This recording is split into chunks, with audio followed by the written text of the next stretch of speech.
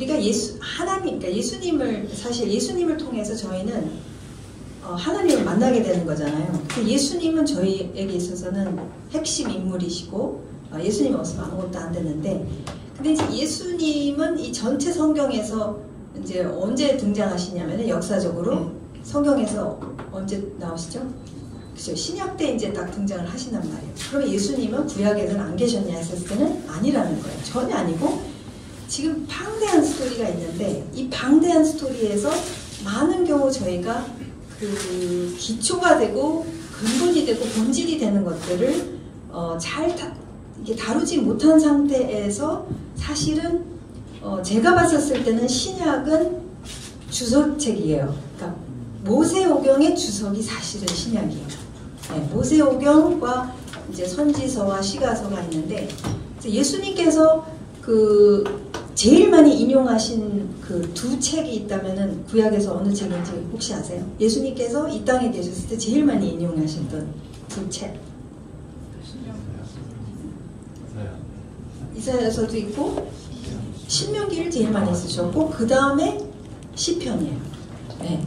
그러니까 신명기는 모세오경의 이제 마지막 책이잖아요. 그러니까 신명기를 인용을 굉장히 많이 하셨어요, 예수님께서.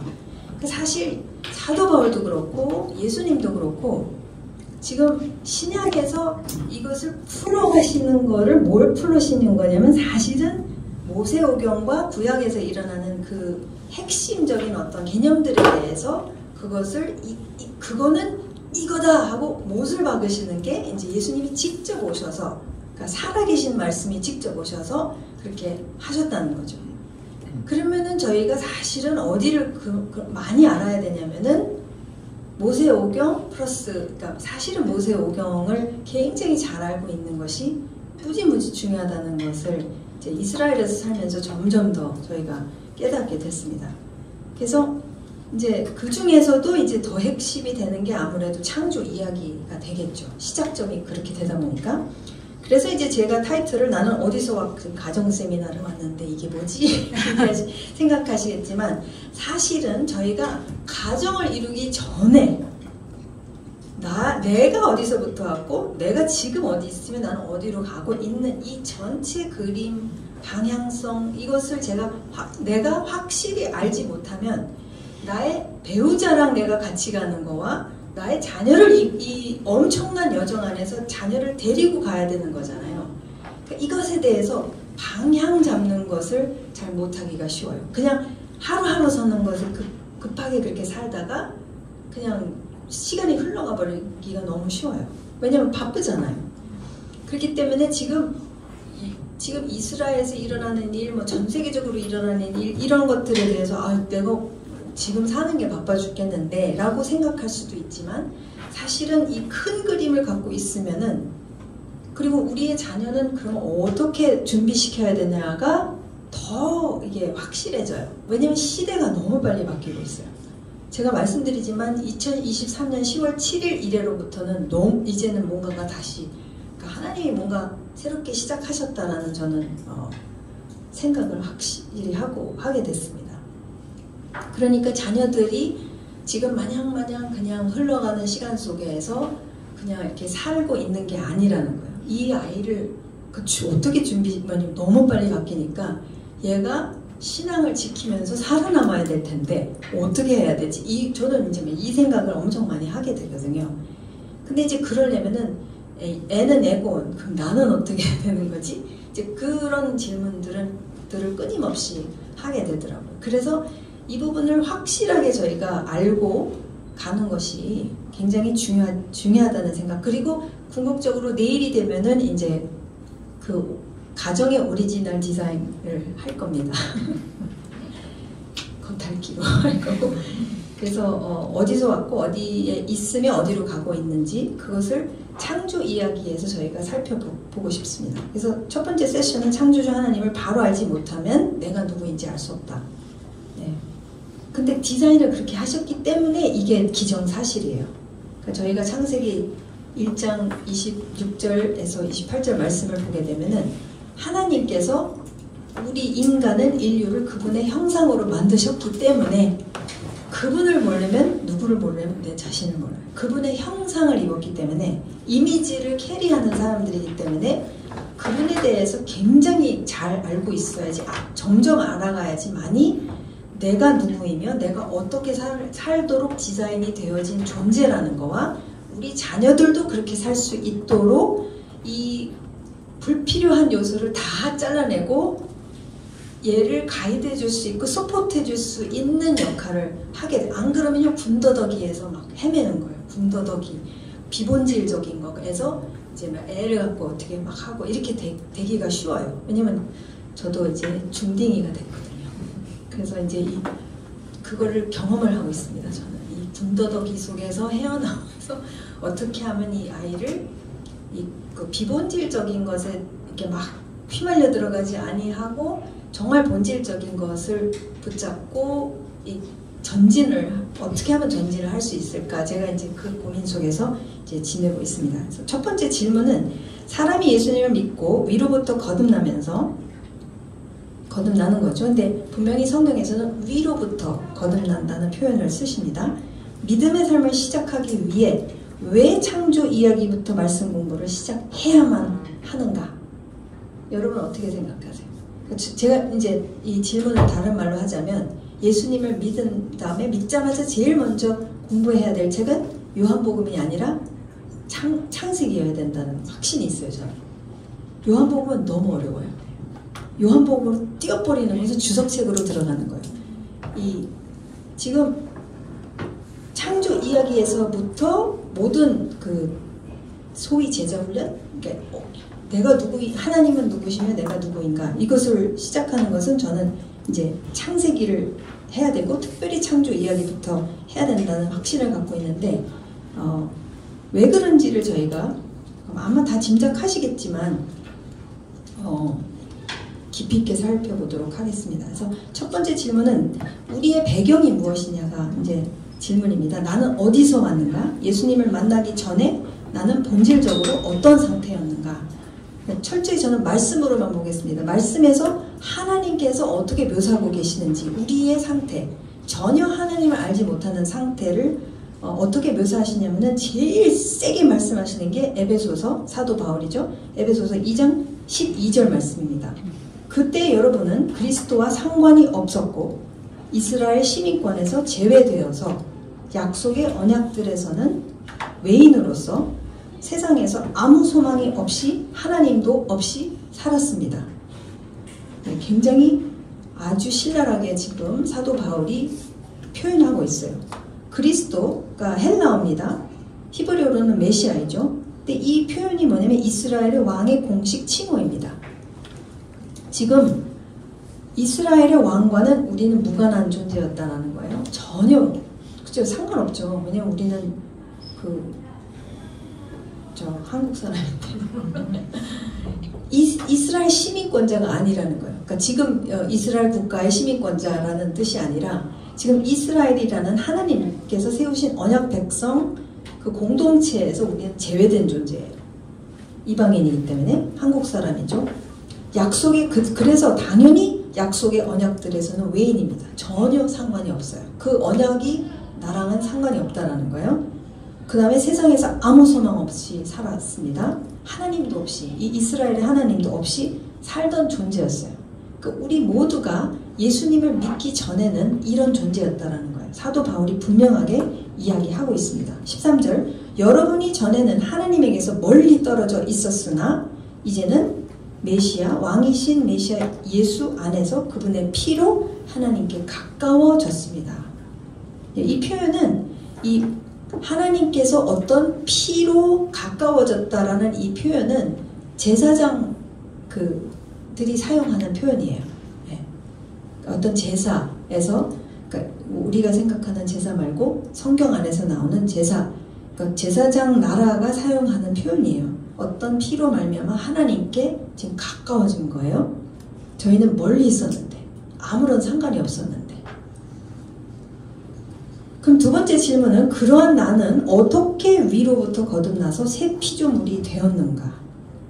이거 다 아시는 내용인데, 그러니까 제가 무엇에 대한 질문의 답을 지금 하고 싶으냐면은 왜 창조 이야기부터 시작해야 되는지를 이제 쭉 이 이유를 얘기하는 거예요. 근데 나는 어떻게 위로부터 그럼 거듭나서 새 피조물이 되었는가? 소망 없는 나에게 기적이 일어난 거죠. 그거는 우리 일일이 다 한 사람 한 사람 또 빠짐없이 기적이 일어났어요. 왜냐면 저희는 대한민국에 살고 있는데 어떻게 이 진리의 말씀이 나한테로까지 와서 믿게 됐냐는 거죠. 아무 상관이 없는데 예수 그리스도의 십자가의 공로와 부활 이 다 이루셨다고 하셨죠. 십자가에서 그것을 믿음으로 말미암아 주님과 하나가 되어 십자가에서 옛사람은 죽고 장사되고 주님과 함께 거듭나서 새 피조물 새 사람이 되었어요. 이것이 성경 말씀에서 말하고 있는 구원, 우리가 이해하고 있는 구원을 풀어서 얘기하시는 게 이렇게 된 거예요. 요한복음 3장 3절 니고데모에게 하신 말씀이죠. 내가 진정으로 진정으로 너에게 말한다. 누구든지 위로부터 나지 않으면 하나님 나라를 볼 수 없다. 지금 위로부터라고 얘기했어요. 위로 하면은 우리가 생각할 수 있는 게 그 위가 그냥 천정이 아니죠. 위는 어디냐면은 하늘이에요. 그래서 이 하늘의 개념에 대해서도 저희가 창조 이야기에서 1절에서부터 보겠습니다. 예, 굉장히 중요해요. 위로부터 나지 않으면 하나님 나라에 대한 것을 알 수도 없고 볼 수도 없다라고 예수님께서 직접 니고데모에게 말씀하시죠. 그 다음에 저희가 너무 잘 아는 갈라디아서 2장 20절 말씀 나는 그리스도와 함께 십자가에 못 박혔습니다. 이제 사는 것은 내가 아닙니다. 그리스도께서 내 안에서 사시는 것입니다. 내가 지금 육신 안에서 사는 것은 나를 사랑하셔서 나를 대신하여 자기 몸을 내주신 하나님의 아들을 믿는 믿음 안에서 사는 것입니다. 그래서 십자가에 지금 어떤 일이 구체적으로 일어났는지 영적으로 일어난 일을 사도 바울이 갈라디아서를 통해서 얘기를 해주시는 거예요.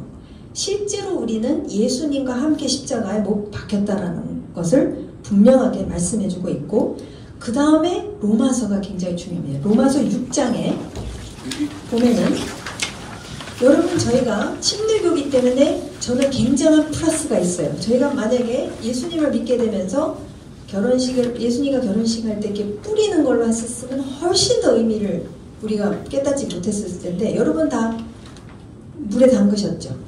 이 물에 담그신 게 이거 너무 중요한 거예요. 굉장히 중요한 의미를 갖고 있는데 그러니까 이것을 저희가 함께 살펴보겠습니다. 그러니까 사도 바울이 또 로마 교회에다 보내는 편지에서 이렇게 얘기해요. 이거는 침수에 대해서 얘기를 하고 있습니다. 여러분은 그리스도 예수와 연합하는 침수. 이게 침례라는 단어, 밥티소라는 헬라어 단어인데 이것이 이제 기독교의 역사 안에서 세례로 바뀌었죠. 편의상 세례로 바뀐 거예요. 왜냐면 담그는 물 받아놓고 담그는 게 너무 힘들어서 이제 뿌리기 시작했어요. 근데 너무 안타까워요. 왜냐면 이 의미를 많이 잃어버렸어요. 근데 지금 이 연합하는 예수님과 연합하는 침수 물에 담궈야지만이 예수님과 연합이 된다는 거예요. 예, 근데 왜 그런지가 중요해요. 물에 무조건 담갔다 그래서 주님과 연합한 게 아니고 뭐 풀장에 가서 물 안에 들어가면 잠수하면 다 예수님과 연합 그 뜻이 아니라 이 침수라는 의식이 얼마나 중요한지를 사도 바울이 이것은 여러분 원래 유대인들이 다 갖고 있었던 의식이에요. 정결 의식이에요. 정결 의식을 수천 년 그러니까 수백 년 해왔어요. 그것이 갑자기 뭐 바뀐 게 아니라 그것이 의미가 들어간 거예요. 아 이게 예수님과 연합이 되는 것으로 의미를 깨달은 거예요. 사도 바울이 그것을 가르쳐 주는 거예요. 그래서 실제로 예수님과 함께 십자가에 못 박혀 죽었는데 2000년 전에 일어난 사건이 또 일어나지는 않았잖아요. 그죠? 지금 우리가 뭐 예루살렘에 가서 예수님 십자가에 못 박히셨는데 내가 거기서 같이 올라가서 그 얘기는 그렇게 되기가 어려운데 지금 사도 바울이 이 침수의 행위를 통해서 나의 믿음에 내가 그것을 믿음으로 붙잡고 내가 침수, 물로 들어가는 어떤 행위를 통해서 예수님과 십자가에서 연합이 되는 그 일이 일어나고 있다는 거예요. 믿음으로. 그런 우리 모두가 그분의 죽으심과 연합하는 침수를 했다는 것을 알지 못합니까? 그러므로 우리는 그분의 죽으심과 연합하는 침수를 함으로써 그분과 함께 묻혔습니다. 우리가 장사까지 됐다는 거예요. 예수님과 함께 여러분이 그때 이것을 알고 계셨는지 모르고 계셨는지 모르지만 내가 그때 했던 행위를 통해서 내가 예수님과 함께 죽고 장사됐다라는 거예요. 지금 4절까지 그렇게 사도 바울이 말하고 있습니다. 이것은 그리스도께서 죽은 사람들 가운데서 아버지의 영광으로 살리심을 받은 것과 같이 우리도 새로운 생명 가운데서 살아가게 하려는 것입니다. 우리가 그의 죽으심과 같은 죽음으로 그와 연합하는 사람이 되었으면, 그분과 예수님과 함께 죽었다면 또한 분명히 그의 부활하심과 같은 부활로 그와 연합하는 사람이 될 것입니다. 10절 그리스도께서 죽으신 것은 죄에 대하여 단 한 번의 모두를 위해 죽으신 것이요 그가 지금 살아계시는 것은 하나님께 대하여 사시는 것입니다. 이와 같이 여러분도, 우리죠? 이와 같이 여러분도 여러분 스스로가 죄에 대하여는 죽은 사람이요, 왜냐하면 예수님과 함께 죽고 장사가 됐기 때문에 하나님께 대하여는 그리스도 예수 안에서 살아있는 사람이라는 것을 알아야 합니다. 굉장한 영적으로, 제가 그림을 잘 못 그리는 사람인데, 그 이스라엘에서는 이 정결 행위, 정결 의식을 하는데 이걸 미크베라고 그래요. 하이텍을 제가 이제 미크베가 있으면 이제 들어가는 계단이 있고 물이 있고 나오는 계단이 따로 있어요. 네. 그러니까 이 의식을 왜 하냐면은 유대인들이 이것을 하는 이유가 물이 무슨 마술이 있어가지고선 물에 들어가면 어떻게 뿅 돼가지고 하는 것이 아니라, 이 의식을 하는 이유는 죽으러 들어가는 거예요. 그래서 들어가는 그 계단과 나오는 계단이 다른 이유예요. 네. 들어가는 것은 죽으러 들어가는 거예요. 왜냐면 내가 침수를 하면 어떻게 돼요? 죽잖아요. 그래서 실제로 처음 이게 들어갔었을 때는 이것을 내가 무덤으로 들어간다고 생각하면서 들어가요. 그리고 나올 때는 이게 태가 되는 거예요. 자궁이 되는 거예요. 네. 그러니까 개념적으로 그림을 그리자면은, 내가 이 의식을 하는 이유는 뭐냐면은, 하나님께 성전산에서 하나님의 집에 가기 전에 모든 분도적인 생각들이 우리 생각 많잖아요. 막 걱정, 근심도 있고 우리 부모님 해드릴 것도 애들 해드릴 일, 직장일 여러 가지 막 생각이 있는데, 그것을 내가 벗어버리겠다라는 행위예요. 왜냐면 이것을 갖고 하나님을 만나러 가면 안 된다는 거예요. 이해가 되세요? 하나님께 예배를 드리기 위해서는 완전히 이것을 벗어버려야 되는 거예요. 다 벗어버리고 모든 생각에 집중을 하나님께 두고 하나님을 만나러 가는 것이기 때문에 하나님께 모든 생각을 딱 맞추고 다른 거 다 벗어버리고 그 다음에 내가 하나님을 만나러 가는 거예요. 그래서 사실은 다 옷을 다 벗고 해요. 그래서 남자, 여자가 따로따로 있어요. 예수님 당시도 이거 다 했어요. 그래서 죽으러 들어가고 나올 때는 완전히 거듭난 사람처럼, 왜냐면 이게 마치 하나님의 자궁, 이게 어떤 자궁 태인 것처럼, 왜냐면 양수가 있잖아요. 이게 유대인들이 갖고 있는 개념이에요. 그래서 다시 나올 때는 다 벗어버리고 내가 새롭게 나오면서 하나님의 예배 드리러 가는 거예요. 그래서 이 미크베를 이 안으로 들어가는 데가 어디냐면은 그 성전산 계단이 있어요. 계단이 있으면은 예수님이 다 거기서 가르치셨는데, 바로 그 계단이 있는데 한 몇천 명이 들어갈 수 있는 그런 게 딱 예비가 되어 있어요. 그래서 사실 오순절 때 제일 먼저 하고 싶었던 게, 예수님을 알게 되고 성령을 받게 되면서 제일 먼저 하고 싶었던 게 유대인들이 다 여기 들어가고 싶었던 거예요. 거듭나고 싶었던 거예요. 그 행위를 통해서 나는 새롭게 되었다라는 것을 나타내는 게 이들은 너무 자연스러운 행위였던 거예요. 그래서 그냥 딱 생각해서 제일 먼저 하고 싶은 게 여기 들어갔다 나오고 싶은 거예요. 그래서 이게 기독교에서 새로 만들어낸 어떤 의식이라기보다 이미 갖고 있었던 근데 이게 사실 창조 얘기 다 나오고 있는 그림이라는 거예요. 이것을 다 어디서 다 갖고 왔어요. 이 유대인들은. 그러니까 이게 사도 바울이 정확히 유대인 중에서도 랍비셨잖아요. 그러니까 사도 바울이 정확히 이 의식을 갖고선 예수님한테 딱 적용을 시켜버린 거예요. 로마서에서 정확히 이것을 얘기하고 있는 거죠. 우리가 그래서 죽었고 예수님과 함께 십자가에서 실제 2000년 전에 일어난 일이지만, 그게 믿음으로 됐었을 때는 내가 정말 주님과 함께 죽어서 장사된 거고 그 다음에 주님 안에서 내가 거듭 나오는 거예요. 그러니까 다른 데로 완전히 태어나는 거예요. 위로부터 탄생하는 거예요. 네. 새롭게 태어나서 이제 새 피조물이 되는 거예요. 이 컨셉이에요. 이 그림인 거예요. 사도 바울이 지금 얘기한 거거든요. 그러니까 이렇게 얘기하잖아요. 여러분은 그리스도 3절 그리스도와 연합하는 침수를 한 우리 모두가 그분의 죽으심과 연합하는 침수를 했다는 것을 알지 못합니까? 당연한 거죠.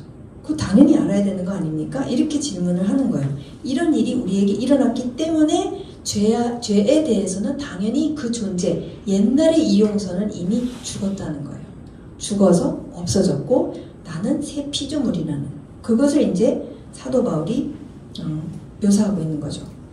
그래서 사도 바울이 고린도 교회는 또 뭐라고 그러냐면 5장 17절 잘 아시죠? 누구든지 그리스도 안에 있으면 그는 새로운 피조물입니다. 옛 것은 지나갔습니다. 보십시오. 새 것이 되었습니다. 완전히 새 것이 됐다라는 거예요. 그러니까 지금 이게 여기 들어갔는데 이용선이 한 20%의 그 죽은 이용선이 막 어디 달라붙어 가지고 나올 때 그 달라붙어서 같이 딸려서 나오지 못한다는 그게 그렇게 될 수가 없다는 거예요. 네. 그러면 이제 왜 죄인처럼 느껴지는지는 그거는 또 다 따로 얘기 드릴게요. 실제로 일어난 것은 완전 새 피조물이라는 거예요. 보라 새 것이 되었다. 옛 것은 다 지나갔다. 20% 지나간 것도 아니고 50% 지나간 것도 아니고 77% 지나간 것도 아니고 99.9% 지나간 게 아니라 100% 이전 것은 지나갔으니 이제 새 것이 되었다는 거예요. 그러니까 새로 탄생, 이렇게 보세요. 표현들이 다 거듭나다, born again, 그 다음에 새 피조물. 그러니까 이런 단어를 일부러 쓰시고 있다는 거예요. 그러면 왜 이렇게 쓰시고 있는지에 대해서 우리가 이해를 해야겠죠. 알아야겠죠. 자, 골로새서도 마찬가지입니다. 3장 9절 10절 여러분은 옛사람을 그 행실과 함께 벗어버렸고 새 사람을 입었으니 성경에서 보면요 옷을 입고 벗는 소리가 많아요. 대표적으로 창세기에서 옷을 잘못 입어가지고 평생 고생한 인물 누구? 네? 야곱입니다. 맞습니다. 누구의 옷을 입었죠? 햄님의 옷을 입고 햄님 에서의 옷을 입고 뻥쳤어요. 아버지한테 거짓말을 해가지고 평생을 고생을 해요. 근데 자기의 옷을 제대로 입게 되는 장면이 어디죠? 브니엘에서 씨름을 하면서 자기의 옷을 그때 너가 누구냐 했었을 때 뭐라고 그래요? 야곱이라고 그래요. 네. 이게 성경 안에서는 옷을 벗고 입는 것 자체도 내가 옛 것과 새 것을 이것을 표현하는 게 이 그림이에요. 성경에는 그림을 많이 주세요. 그래서 여러분이 이 그림이 많은 그림이 익숙해지시잖아요. 그럼 너무 놀라운 것은 성령님이 그 그림을 이런 상황에서 그 그림이 떠오르고 저런 상황에서 그림이 떠오르면은 아 내가 어떻게 해야 되는지가 그림이 그려져요. 신기해요. 네. 어쨌든 이 벗어버렸고 새 사람을 입었으니 이 새 사람은 자기를 창조하신 분의 형상을 따라 지식이 새로워지게 됩니다. 그러니까 진짜 나의 오리지널 형상 디자인에 대한 지식이 어떻게 돼요? 새로워진다는 거예요. 된다는 거예요, 이거는. 세 번째 질문. 우리는 예수 그리스도와 연합해서 위로부터 거듭나 새 피조물이 되었죠. 근데 문제는 뭐냐면 내가 알고 있는 전부는 타락한 피조물로서의 생각, 태도, 삶, 행동, 경험이라는 거예요. 그죠? 이게 이제 트러블이에요. 우리를 괴롭히는. 그러니까 그래서 제가 자꾸 죄인이라는 생각이나 표현을 많이 하게 돼요. 왜냐면은 변한 것 같지가 않으니까. 근데 분명히 사도 바울은 아니다, 너 새 피조물이다 라고 얘기는 하는데 매일매일의 경험과 삶 속에서는 나의 생각, 태도, 삶, 행동, 경험은 아닌 거란. 아니에요. 타락된 이용선, 그 죽어서 장사된 이용선이 좀비처럼 나타나가지고선 맨날 막 그러고 있는 거예요. 왜 그럴까? 네. 보세요. 두뇌, 모든 세포 하나하나, 육신의 모든 오장육부는 이 타락한 피조물의 생각, 태도, 삶, 행동, 경험으로 가득 저장되어 있어요. 실제로 물리학적으로 그래요. 뇌도 저장되어 있는 게 나의 과거의 경험이 다 저장되어 있고, 그래서 수차례 수년 동안 쌓여졌잖아요. 이게 뭐 하루 이틀이 아니라.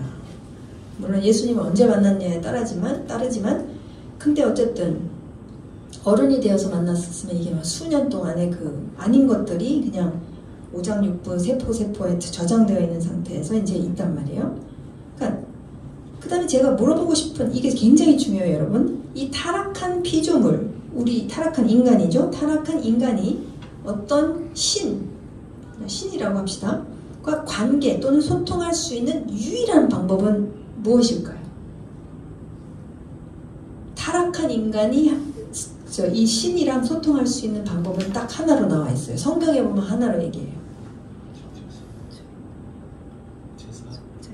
제사인데 더 구체적으로 이거는 부정적인 겁니다. 부정적인 거고 지금 하나님이 이거 고쳐주시려고 무진장 애를 쓰고 계세요. 우리 모든 무단에서.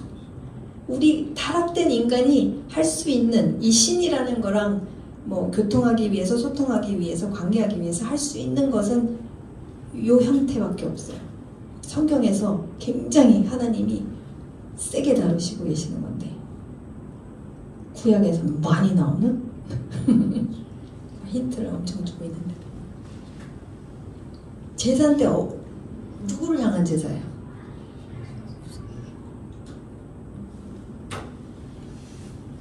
제사는 맞아요. 제사는 예배 형태니까. 지금 창조주 하나님이 말씀하시는 우상숭배를 가장 문제 삼으세요. 그래서 우상숭배를 저희가 꼭 다뤄야 돼요. 왜냐면은 저희는 우상 안 숭배하거든요. 그죠? 뭐 우리가 물 떠다 놓고 소나무 밑에서 비나이다 안 하고 뭐 이런 거 안 하잖아요. 현대인으로서는 많이 안 하는데 하나님이 내리시는 우상숭배 정의를 저희가 알아야 돼요. 그러면은 적중이에요. 저희 우상숭배 맨날 하고 많이 하고 있어요. 예. 많이 하게 되는데 창조주 하나님이 말씀하시는 우상숭배의 정의, 성경적 정의는 내가 예배하는 또는 숭배하는 대상을 제가 밑줄이죠. 거기다가 채워넣으세요. 내가 예배 또는 숭배하는 대상을 please 만족시키거나 맞춰주는 거나 그렇게 하거나 그리고 또는 appease 달래거나 누그러뜨리거나 진정시키는 그러니까 이게 이제 성경에서 우리가 모든 인간 사회에서 문명에서 우상을 숭배하는 것은 두 가지 이유 때문이에요. 이 신을 갖다가 만족시키든지 싸바싸바해서 잘 보여가지고선 잘 되는 거 아니면은 노했어. 오 앵그리 해가지고 이 앵거를 갖다가 진정시켜야 돼. 깔아앉혀야 돼. 그러면 그것을 위해서는 뭐를 바치는 거죠? 제사를 바치는 뭔가를 바쳐야 되는 거예요. 뭔가 대가가 있는 거예요. 그러니까 이게 일종의 지불하는 거죠. 그러니까 내가 이거 줄 테니까 이거 해달라는 거예요. 예? 그죠? 근데 누구를 위해서? 이게 제일 중요합니다. 여러분 이 행위는 이 우상숭배 행위는 궁극적으로 누구를 위해서 하는 거예요? 나예요. 나의 필요예요. 예. 나와 나의 필요, 나 당장의 필요를 어떻게 해서든지 채우기 위해서 내가 액션을 취하는 거예요. 그러면 여러분 이 우상숭배라는 정의는 사실 우리 안에서 상당히 많이 작용하고 있다는 것을 우리가 알 수가 있어요. 왜냐면 상당히 불안해지거나 뭔가 해결하고 싶거나 문제가 있거나 그러면은 이것을 어떻게 해서든지 해결하기 위해서 내가 액션을 자꾸 취하게 된다는 거예요. 근데 그것이 형태로 기독교 안에서는 어떤 형태로 나올 수 있냐면 이런 거 나쁘다고 얘기하는 게 아니에요. 이건 오해하시면 안 돼요. 뭐 천일 기도회, 뭐 새벽 기도 맨날 나갔다, 뭐를 어떻게 했다. 근데 그거는 아무도 알 수 없는데 제가 형제님이 집사님이 그러고 계시는 것에 대해서 제가 판단할 수가 없는 게 뭐를 모르기 때문에 제가 판단할 수 없어요. 동기를 알 수가 없어요. 그죠? 동기는 서로 인간은 인간 사이에서 동기는 알 수가 없어요. 절대 알 수가 없어요. 그래서 많은 경우 인간은 서로 그 행위를 갖고 저희는 판단을 해요. 와 신실하다, 뭐 이렇다 저렇다 이렇게 판단을, 그러니까 행동을 보고 저희는 판단을 하게 돼요. 근데 절대로 행동이 아니라 동기까지 가는 분은 누구세요? 하나님이시라는 거예요. 네. 그분은 절대 하나님을, 그러니까 이 창조주를 우상으로 대하거나 취급하는 것을 절대 용납하지 못하시는 분이세요. 이건 절대 하면 안 돼요. 네. 나는 그런 존재가 아니기 때문에 너는 하면 안 된다라는 거예요. 네가 숭배해왔던, 그러니까 이 인류는 뭐 별의별 걸 다 숭배하잖아요. 해왔잖아요. 우상을 숭배해왔잖아요. 이 역사적으로 문화권마다 다 다르고, 저기 마야에서는 뭐 사람을 갖다가 뭐 하고 그래가지고 뭐 사람도 막 잡아먹고, 뭐 저기서는 어떻게 하고 저기서는 어떻게 하고 막 다 문명마다 다 다른데, 이것은 결국 나의 필요를 충족시키기 위해서, 내가 보호를 받기 위해서, 내가 뭐 여러 가지 이유가 있죠. 유럽에 가면요, 그 마을에 들어가기 전에 그 수호 그 성인이 있어요. 그리고 나갈 때도 수호 성인이 있어요. 그러니까 이게 다 수호가 필요한 거예요. 그 다음에 유럽에 가서 이게 다 나쁘다는 건 아닌데 이거는 하나님은 용납하실 수 없는 거예요. 그런 교회에 가면은 그 성인들의 뭐가 있냐면 뼈다구를 갖고선 그거를 막 키스하기도 하고 그래요. 왜냐면 그것을 만짐으로 인해서 나에게 복이 올 수도 있고 아니면은 내가 보호를 받을 수도 있다. 이제 이게 다 그렇게, 우리나라도 다 똑같았어요. 그러니까 우리 성인 군자들을 하지는 않고 우리는 딴 거 했잖아요. 그 이유는 보호받기 위해서나 잘 되기 위해서나, 그죠? 하여튼 이 기복적인 어떤 그런 것들이 딱 작동을 해버려요. 근데 하나님은 절대 그렇게 대하지 말아달라고, 그러니까 말아달라고 그런 게 아니라 말하라. 절대 그렇게 하면 안 된다라는 거예요. 근데 저희가 알고 있는 것은 이거밖에 없는 거예요. 왜냐면 창조주를 만난 적이 없었으니까. 전혀 몰랐던 대상이잖아요. 뭐 이스라엘 하나님 뭐라고 그랬어요? 사도 바울이 전혀 몰랐고 상관도 없었고 언약도 무관했고 소망이 없었고 하나님도 없었던 너희라고 했단 말이에요. 그럼 저희가 갖고 있는 기본 태도는 뭐냐면은, 그러니까 그런 거예요. 이 나의 필요가 지금 작동한, 우리 가족, 우리 자식, 이 안에서 뭐가 일어나고 있는데 일단 빨리빨리 땜빵을 해야 되는 거예요. 그래서 움직이는 경우, 그것에 대해서 하나님은 안 된다라는 거예요. 그러니까 하나님은 동기를 다루세요. 철저히 동기를 다루세요. 네.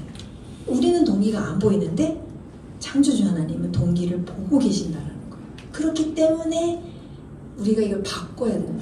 그 생각을 안 바꾸면은 하나님 자꾸 그렇게 대하게 된다는 거예요. 나도 모르게.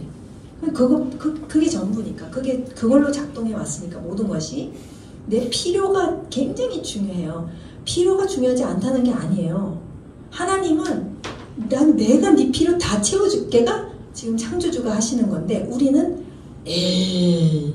내가 해야지. 왜냐면 내가 해왔으니까. 지금까지 이 지구에 믿을 사람 아무도 없어. 내가 알아서 해야지. 근데 하나님은 아니야, 내가 해줄게. 내가 해준다니까? 그거에 끊임없는 충돌이에요, 사실은. 네. 그게 믿겨지지가 않아요. 믿어지지가 않고, 그리고 이제 훈련하시기 시작하면은, 되게 힘들어요. 버티기 힘들어. 너무 힘들어. 근데 그걸 훈련을 하세요. 그래서 사실 오늘도 이제, 샤밧을 맞이하는 걸 하는데, 2빵을 먹잖아요. 2빵을 갖다 놓은. 그러니까 왜 2개인지 아세요? 빵을 2개, 샤밧을 맞이하면서. 네, 기억하고 지키란데, 이제 만나를 기억하는 거예요. 만나는, 하나님이 만나를 주실 때 뭐라고 해요? 6번째 날에 만나를 어떻게 하라고 그랬어요? 얼만큼 먹으라고 그랬어요? 2배. 왜냐? 그날은 괜찮다. 내가 다 마련해 줄게. 그러니까 이게 그분 믿으라는 거예요. 내가 분명히 그 다음날 다 줄 거니까. 근데 그 백성 중에서 어떻게 해요?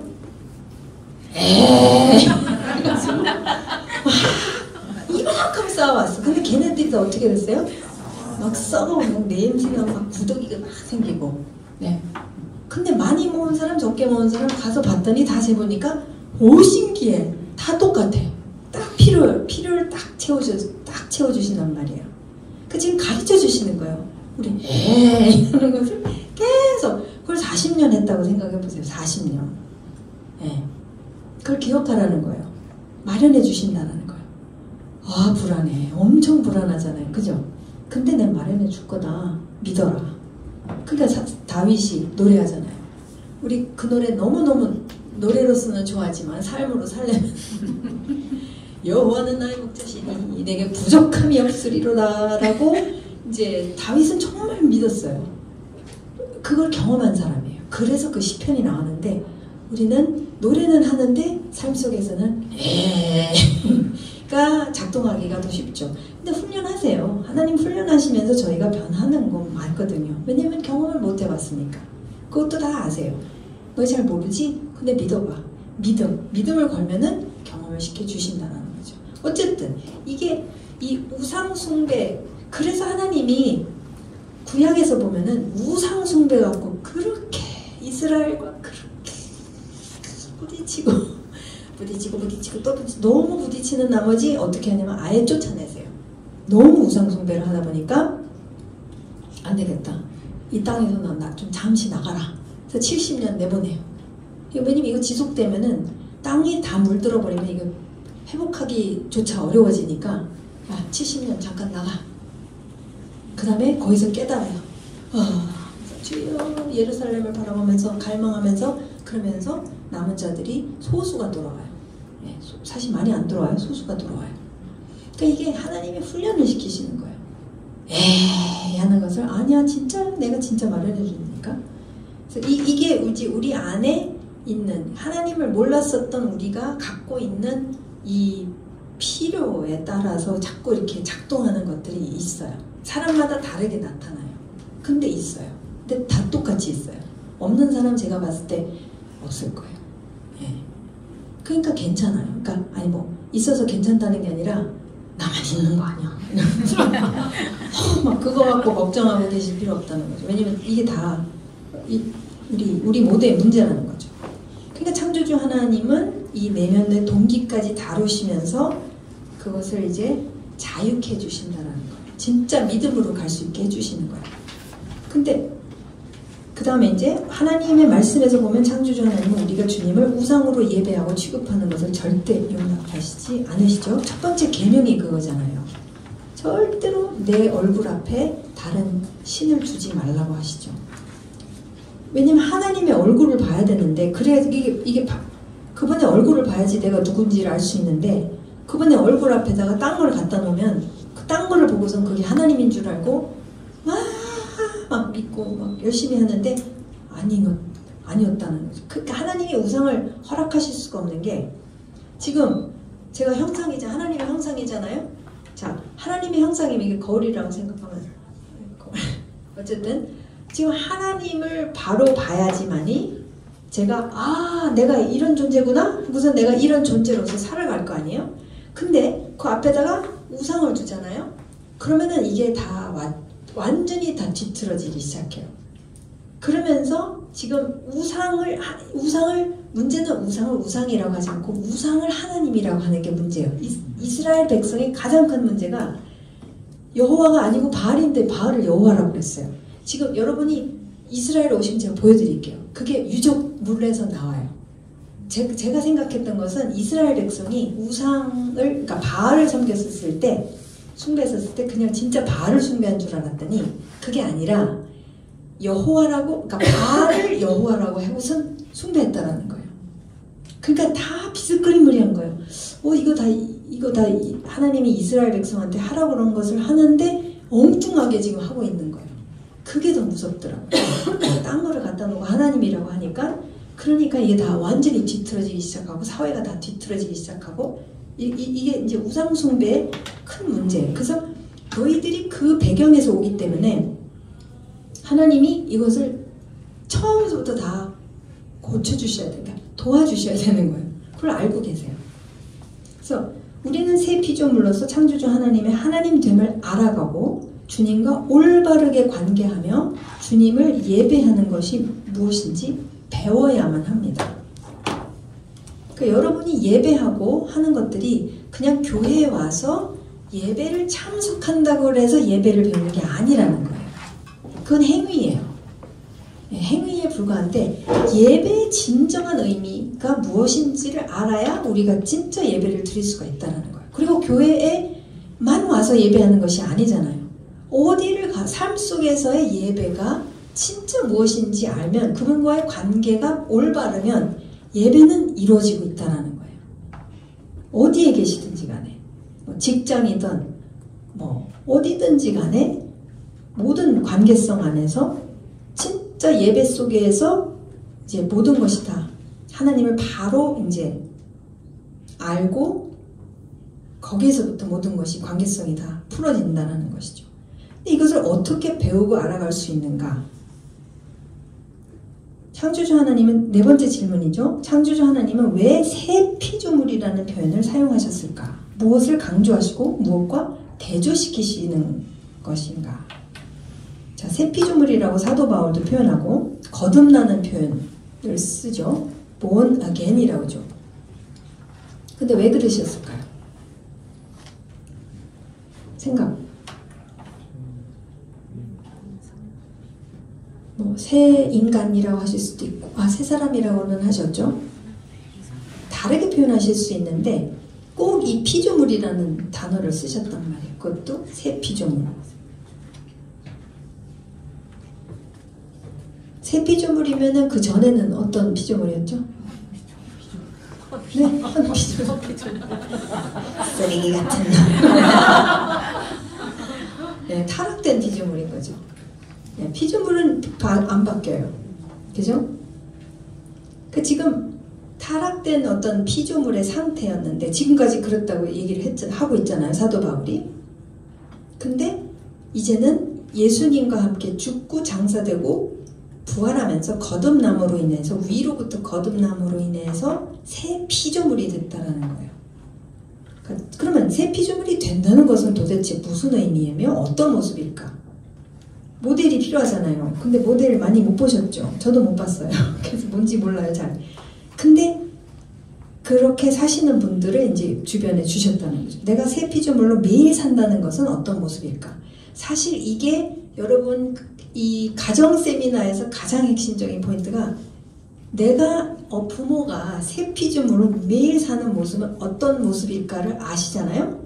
그러면 그게 당연히 누구한테 전수돼요? 자녀들한테 가요. 왜? 그걸 살고 있으니까. 말로 야 그게 말이지 어쩌고 저쩌고 아니라 저 책 갖고 오셨는데 김정원 작가가 얘기하는 게 뭐냐면 우리의 자녀들은 우리가 야 책 좀 읽어라 야 책 좀 읽어 나는 드라마 엄청 보면서 책 좀 읽어라 책 좀 이렇게 얘기하는데 김정원 작가가 그러는 거 기억하십시오. 우리의 자녀들은 우리를 읽고 있다고 얘기를 해요. 매일매일 우리를 읽고 있어요. 책처럼. 우리 엄마 아빠는 이런 사람이고 그거를 이성적으로 생각하는 게 아니라 그냥 다 보고 경험을 하고 있단 말이에요. 그래서 저는 너무 무섭더라고요. 그 표현을 했을 때 주여 근데 그게 사실이에요. 예. 그러니까 내가 새 피조물 그 다음에 나만이 아니라 나의 배우자와 내가 정말 남편과 아내로서 아내와 남편으로서 정말 그 새 피조물이 당연히 가져야 할 관계성으로 이렇게 살아간다는 것은 도대체 무엇일까? 이것을 바로 알면 이게 많은 것들이 해결이 돼요. 세미나를 해서 이렇게 미주알 고주알 노트 적어가지고 다 까먹을 텐데 어차피 그게 아니라 본질 내 본질을 알면은 저는 이것을 확신하는 게 본질을 그렇게 DNA로 만드셨기 때문에 그 DNA가 진리랑 만나잖아요. 그리고 그것을 사는 연습을 하잖아요. 하기 시작하잖아요. 그러면 이거는 바뀔 수밖에 없어요. 그리고 한번 바뀌면은 돌아갈 수가 없어요. 왜냐면 그게 너무 자연스럽기 때문에. 근데 저도 자연스럽지는 않은데 우리 드보라 선생님 아시죠?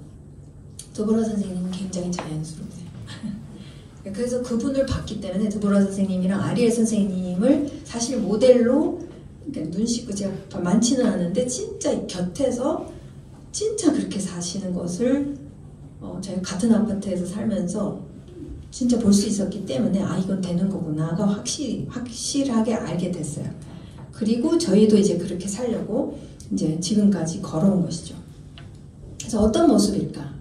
지금 아브라함과 이삭과 이스라엘의 하나님과 전혀 무관했어서 창조주에 되해서도 하나도 모르는 그 분이 갑자기 나의 창조주가 아버지가 되셨단 말이에요. 그 다음에 나는 주님의 왕국으로 다시 되돌려졌어요. 전혀 무관했는데 그래서 시민이 됐고 백성이 됐단 말이에요. 그래서 창조주께서 이스라엘 백성과 맺으신 영원한 언약들이 나에게도 이제 적용되기 시작했어요. 막 한꺼번에 막 대박 선물이 막 들어오고 막 엄청난 선물이 들어오는 건 너무 좋은데 너무 감사한데 이게 뭐지? 이게 뭔지를 알아야지 누릴 거 아니에요. 그죠? 잘 알아야지 엄청 잘 누리는 거예요. 그 외에 그 빠꼬미들이 있어요. 이 스마트폰에 대해서 막 무슨 뭐에 가면은 뭐가 있고 언니 그거 가박한 이렇게 해가지고 수수료를 덜 낼 수가 있고 어떻게 되면 수수료 아예 안 내도 되고 막 그런 빠꼬미들이 있어요. 그죠? 또 그런 사람 옆에 있는 거 좋잖아요. 유익하잖아요. 막 가르쳐 주잖아요. 정보를. 근데 그런 빠꼬미가 되어야 돼요. 말씀에 대해서, 진리에 대해서. 그 빠꼬미가 되면은 그거 다 누리기 시작한다는 거예요. 그거 다 누리기 시작하면은 와. 이거는 그냥 혜택이 아니에요. 혜택. 이거는 어마어마한 것을 내가 전혀 알지 못했던 것을 막 누리기 시작한다는 거예요. 근데 이게 너무 한꺼번에 엄청난 거가 들어오니까 막 대박 터진 거죠. 막 호박이 하나 굴러 들어와가지고 막 이거 어떻게 감당. 근데 이제 이것을 하나하나 이제 알아가야 되는 거죠. 그러니까 그 정보를 위해서 여기 빠꼬미 계세요? 자매는 확실한 빠꼼이야. 우리 셀에서는 누구야? 우리 셀에서는 누구야? 아마 있을 거예요. 근데 그런 것을 이제 우리가 말씀을 갖고 진리를 갖고 하기 시작해야 된다는 거죠. 네, 그러면은 이것을 그 다음에 나눠주기 시작하잖아요. 내가 경험하기 시작하고 우리 가족이 경험하고 자녀들이 막 그거 경험하기 시작하면은 이거는 와 연병이 돼버려요. 연병. 알고 싶어진다는 거예요. 나쁜 의미의 연병이 아니고 나도 바로 연병이라고 했잖아요. 좋은 의미 코로나 말고 어쨌든 문제는 이제 새 피조물이 되었고 창조주 하나님의 언약 백성 거룩한 제사장 나라가 되었는데 이것이 도대체 무슨 의미하며 구체적으로 어떻게 살아야 하는지 어떤 혜택들이 있는지 그 다음에 어떤 조건부가 있는지 그죠? 잘 모르고 있다는 거예요. 창조주는 우리로 어떻게 진리를 알아서 새 피조물의 삶을 살아낼 수 있도록 하셨는가 다 주셨어요. 정말 다 주셨는데 무엇을 주셨냐면은 그 두 개 띵띵 토라를 주셨어요. 토라가 뭐냐면 히브리어로 가르침 지시예요.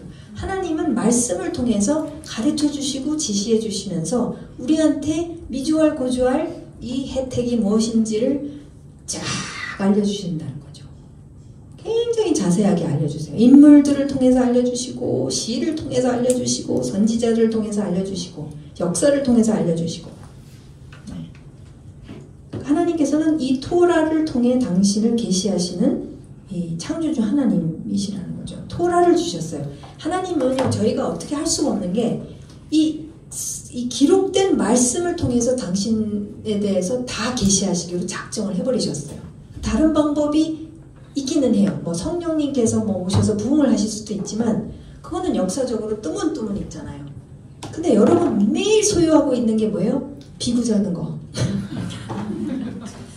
말씀이라는 거예요. 왜 비구자는지 아세요? 혹시나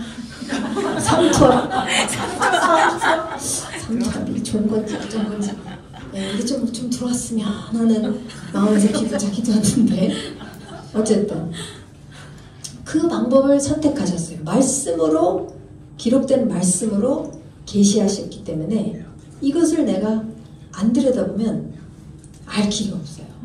안 들여다보면서 주여 보여주시옵소서 하면 읽기나 해라 그래서 있잖아. 번역본도 얼마나 많았어. 여기다가 표준에다가 뭐에다가 개역 개정에다가 하여튼 영어로도 있고 히브리어도 있고 다 다 있는데 그거 좀 읽어라 읽어. 근데 이 토라 하나님의 가르침은 아주 본질적으로 뭐를 보여주시는 거냐면 1번 창조주는 누구시며 어떤 분이신지 그분을 알아야만 해요. 그건 모르면 다 꽝이야. 그건 모르면 뭐가 자꾸 작동하냐? 나의 우상숭배적인 마인드가 자꾸 움직여요. 그리고 그분을 그렇게 대하기 시작해요. 그러면 큰일 나요. 안 돼요. 그러니까 절대 하지 말라고 하셨기 때문에 그분이 누구신지를 우리가 바로 알아야 돼요. 두 번째, 나는 어떤 목적으로 어떻게 창조된 피조물인지. 이게 제가 이스라엘에 살면서 우리 소위 이방인이 제일 비정한 부분이 뭐냐면 창조주에 대한 개념이 많이 약해요. 저희는 좀 많이 따지는 성향이 있어요. 유대인들은 변론을 하는데 따지지는 않아요. 변론은 잘해요. 그러니까 궁금해서 물어보잖아요. 이거는 왜 그래요? 이거는 왜 그래요? 근데 이제 따지는 거는 궁금해서라기보다 좀 그지 같은 태도가 있죠. 예, 그러니까 그게 좀 차이가 있어요. 그러니까 좀 따지는 성향이 더 많은 것 같은데 유대인들은 1차적으로 창조주가 이렇게 창조주의 영역은 타치를 안 해요. 그러니까 이분이 그렇다고 그러면은 그냥 그걸 받아들여요. 물론 저희가 질문을 할 수 있어요. 왜 마리아가 질문했잖아요. 제가 남자를 물었는데 제가 어떻게 잉탈 수가 있을까요? 이렇게 물어봤단 말이에요.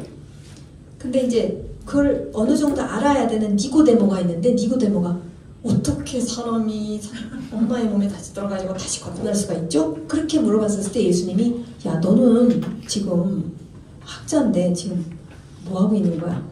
이건 다 알아야 된다라는 거예요. 사실 신명기 이런 데 보면은 그 거듭난 것에 대한 개념이 다 나오고 있어요 이미. 그래서 알았어야 되는데 그거 자꾸 자꾸 그러지 마 이렇게 해서 이제 아까 요한복음 3장 3절에서 위로부터 나지 않으면은 하나님 나라를 볼 수 없다 이렇게 딱 이제 못을 바꾸시죠. 그러니까 나는 어떤 목적으로 어떻게 창조된 피조물인지 그분의 의도와 그분의 그런 것을 알았었을 때 내 자신에 대해서 내가 내 자신을 보는 눈이 바뀌어요. 완전히 바뀌어버려요.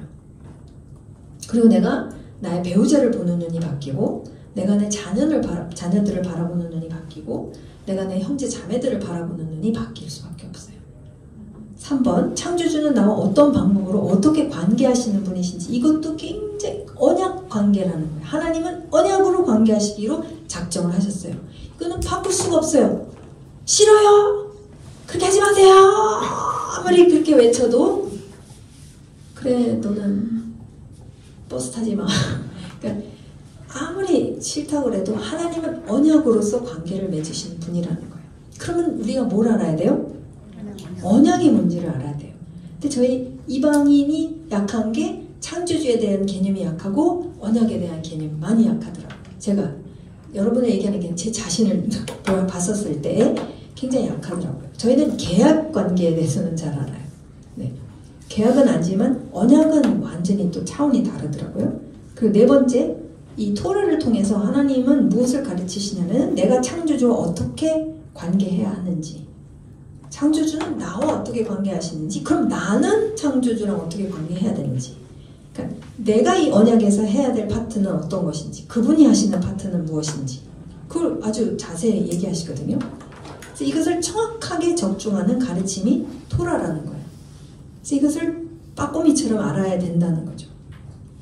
근데 창조주 하나님의 계시, 나는 위로부터 거듭난 새 피조물이기 때문에 본질과 근본을 다루고 있는 창조 이야기부터 새 피조물이라고 그랬기 때문에 이제 피조물이었었는데 타락을 해가지고 꽝 됐잖아요. 근데 예수님을 통해서 새 피조물이 됐기 때문에 그러면 내가 다시 어디서 시작해야 되느냐? 창조 이야기부터 시작해야 된다는 거예요. 피조물이니까. 새 피조물이니까 그러면은 창조주에 대해서 창조를 어떻게 하셨는지 그분의 이야기에 대해서 귀를 기울여야 된다는 거죠. 거기서부터 새롭게 배우고 알아가야 합니다. 창조주 하나님은 내가 창조주를 하나도 모른다는 기정사실에서 시작하시면서 당신을 계시하시기 때문에 모든 새 피조물은 창조 이야기부터 들으면서 알아가야 하고 배워야만 합니다. 아멘. 노트가 또 있었는데 더 있는 거죠? 노트 더 있나요? 더 드렸는데 여기서 끝나는 게 아니에요. 이거는 서론이었습니다. 왜 창조 이야기부터 해야지만이 우리가 가정이라는 것까지 갈 수가 있는지 이제 그 파트를 이제 했고 지금 네.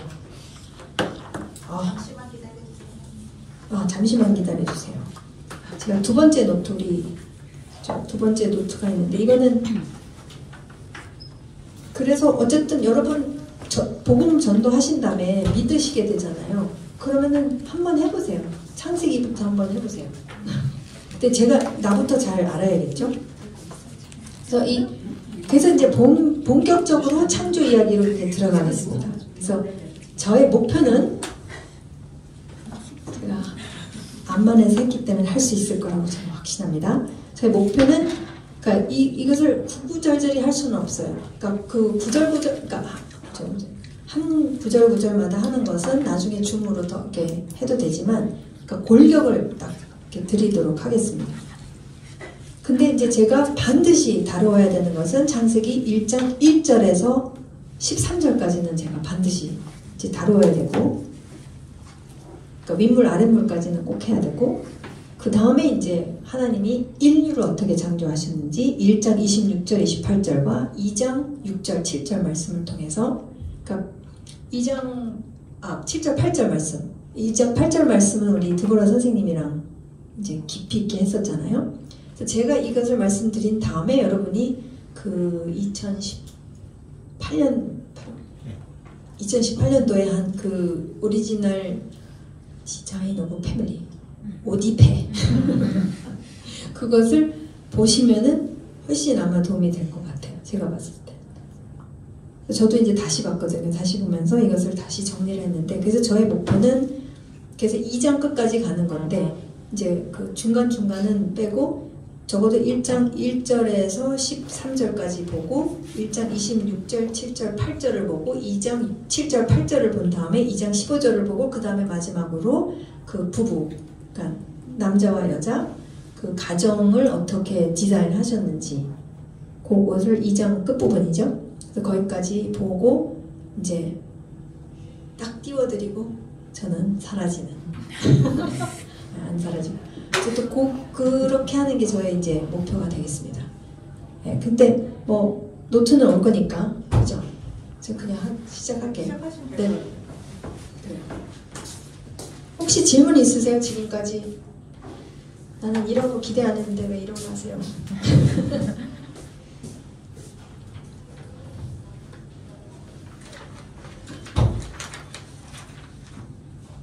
혹시 질문 있으시면 언제든지 하셔도 되고 식사하면서 해도 되고. 저희는 부활하면 네. 약간 잘 살다가 죽고 다시 예수님이 50대에 부활한다고 생각하는데, 네네네. 설명을 듣다 보면 거듭남, 그러니까 세피종 이제 자체가 우리가 승리를 받고 딱 하면서 그것 자체가 부활이라고 하는지. 네, 그렇게 생각해야 되는 건가요? 부활은 무엇인가? 사도 바울이 설명한 것을 봤을 때는요, 부활은 아직도 남아있는 그 구체적인 파트, 이벤트, 그러니까 눈 깜짝할 사이에 이제 부활할 거라고 하셨는데, 그러니까 이 거듭나고 새피주물이 된 것은 기정사실이에요. 근데 이제 뭐가 안 된 거냐면 부활체는 아닌 거라는 거죠. 예. 그게 남아있는 거예요. 예. 그러니까 그래서 이게 믿음으로 저희가 말씀을 막 빠꼬미처럼 막 공부하고 해야 되고 이것을 연습하고 막 끊임없이 연습해야 되는 이유가, 지금 부활체는 올 건데 그것을 그러니까 얘가 준비가 되어져 바뀌어져야 된다는 거죠. 예. 왜냐면 모든 세포마다 막 두뇌 안에서 오점육부가 다 알고 있는 것은 그 타락한 옛날 이용선의 경험한 것들이 막 다 작동하고 있어서 이야! 이런 것들이 이제 남아있다면 그것을 제가 믿음으로 바꿔야 되는 것을 지금 해야 된다는 거예요. 그랬었을 때 그 준비가 저는 예수님이 오시는 것이 이제 여러 가지 조건이 있잖아요. 마태복음 24장 14절 제가 이제 아프리카에 간 미존도 종족을 향해서 간 이유가 이제 모든 민족이 들으면 예수님 오실 것이다라고 하셨고, 근데 제가 이스라엘에 가서 발견하게 된 것은 마태복음 바로 전에 23장 39절 말씀에서는 이스라엘의 지도자들이 예수님을 향해서 메시아라고 인정을 하는 그 이름을 부르면서 바룩하바브신 아도나이라고 하는 그때 또 오신다고 하셨단 말이에요. 그러니까 그러면은 지금 민족들도 다 알아야 되고 이스라엘도 지금 인정을 해야 되고, 플러스 저는 로마서 11장 25절 말씀에 보면은 이방인의 충만함이 이르면은 온 이스라엘이 구원을 받을 것이다 라는 표현을 사도 바울이 하고 있어요. 지금 뭔가 순서는 있는데 뭐냐면은 지금 이스라엘이 소위 실패한 상태에서 복음이 어디로 왔냐면 우리한테 왔다고 그래서 사도 바울이 우리가 완전 대박쳤다 이렇게 표현을 했어요. 우리가 엄청난 유익을 보고 있다. 그들의 실패함으로 인해서 우리가 엄청난 유익함을 보고 있는데 그들이 충만해지면 죽음에서 사는 부활 같지 않겠느냐 이런 식으로 묘사를 해요. 그러면서 순서가 뭐냐면은 이방인의 충만한 숫자라고 번역을 해버렸어요. 번역본들 보면은. 근데 그 수라는 것은 원래 원어를 보면 없어요. 충만함이에요. 이방인의 충만함이 들어오면은 온 이스라엘이 구원을 받는 어떤 그렇게 묘사를 하세요. 그 저는 질문이 뭐냐면 그럼 내가 충만한다는 게 뭐지? 이렇게 되는 거예요. 내가 충만해진다는 것은 무엇일까?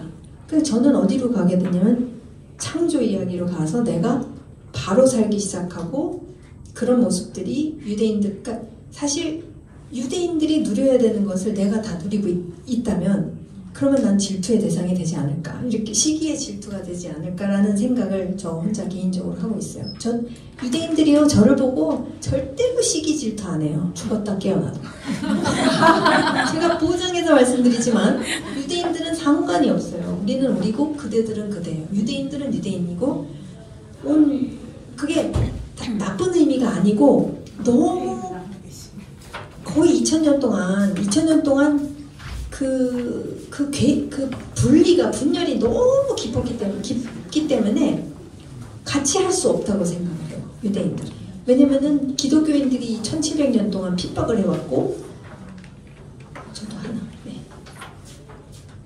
그렇기 때문에 안 된다고 그들이 생각을 해서 그런 거지 우리가 미워서가 아니에요. 전혀 그런 게 아니고 지금 보시면 너무 막 미워하니까 지금 어제 스페인에서 스페인 항공 비행기를 탔는데 50명의 유대인 유스들이 타가지고 그냥 히브리 노래를 불렀대요. 그랬더니 다 얘네들을 비행기에서 내리게 해가지고선 그 체포를 한 거예요. 히브리 노래 불렀다고. 이해가 되세요? 그러니까 어떤 유대인적인 것을 하면은 그렇게 미움을 받고 있단 말이에요. 지금 미국에서 건수가 너무 많아요. 지금 반유대주의적인 그런 공격들이나 이런 것들이. 그래서 재윤이 그 친구, 자기 반에 있는 친구가 이제 한국에 방문 왔거든요. 그래서 이제 같이 만나서 식사하면서 이제 얘기를 하는데 한국은 아직은 그런 분위기가 아니라서. 근데 유럽은 못 가요. 지금 그리스도 그 크루즈가 그리스에서 다 내리기로 했는데 거기에서 막 반 이스라엘 막 그 시위를 해가지고 못 내리고 사이프러스를 갔어요. 그러니까 지금 이런 일이 막 비일비재하게 일어나고 있어요. 그러니까 어쨌든 저는 이제 내가 충만하다는 게 무엇일까? 그러니까 진짜 새 피조물의 모습으로 내가 그 충만함을 살아냈었을 때, 가족으로서 살아냈었을 때 대화를 할 수가 있겠구나, 유대인들이랑. 그런 생각을 그냥 개인적으로 하고 있어요. 다른 거 갖고 저를 보고 시기 질투할 유대인들이 아닙니다. 네. 저는 이 영적인 것이 우리 삶 속에서 사라졌었을 때, 그때의 그들의 어떤 하나님이 우리가 잘나서가 아니라 하나님이 그때 역사하셔서 그들에게 가리워진 것이 벗겨지면서 그 진리를 보게 되지 않을까. 그렇게 사도 바울이 묘사를 하고 있기 때문에 그렇게밖에 생각을 못하는데, 부활체는 어쨌든 부활체가 되는 것은 남아있고, 저도 그날을 사모하고 있습니다. 저희가 이렇게 막 맨날 신음하고 있고 아파가지고 이러고 있잖아요. 허리 아프니 어디 아프니 막 아픈 사람 많잖아요. 그러니까 부활체가 아직 아닌 거죠. 예. 그러나 그 부활체는 오긴 올 거지만 그거 부활체가 되는 것은 그냥 마냥 기다리는 것이 아니라 그 사이에 저희가 해야 될 것은 새피조물의 삶을 그 충만함으로 내가 나로서 개인으로서 가정으로서 자녀들과 함께 나의 형제 자매들과 함께 공동체 안에서 그렇게 살기 시작하는 그 연습하는 거 엄청 연습하는 거 그것이 이제 저희가 그것을 향해서 가는 거죠. 자, 노트가 왔으니까 자, 창세기 1장 여러분 저 이미 하전도사님하고도 창세기 하셨지만 그냥 완전히 좀 다른 관점이기 때문에 네. 진짜 질문 많이 하셔도 돼요. 그래서 창조주 하나님의 창조 이야기 예수 그리스도의 십자가의 공로와 부활로 위로부터 거듭나서 새 피조물이 된 나는 새 피조물이기 때문에 창조주의 창조 이야기부터 주님을 알아감으로 내가 누구인지 알아가야 한다. 하나님도 알아야 되고 내가 누구인지 알아가야 한다. 창조주의 계시는 창조 이야기로 시작하십니다. 그래서 어떻게 바꿀 수가 없어요.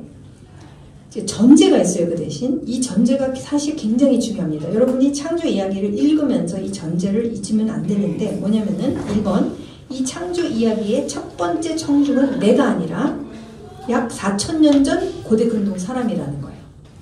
이게 언제 쓰여졌는지를 알면 그죠? 그 사람들이 첫 번째 대상이었다라는 거죠.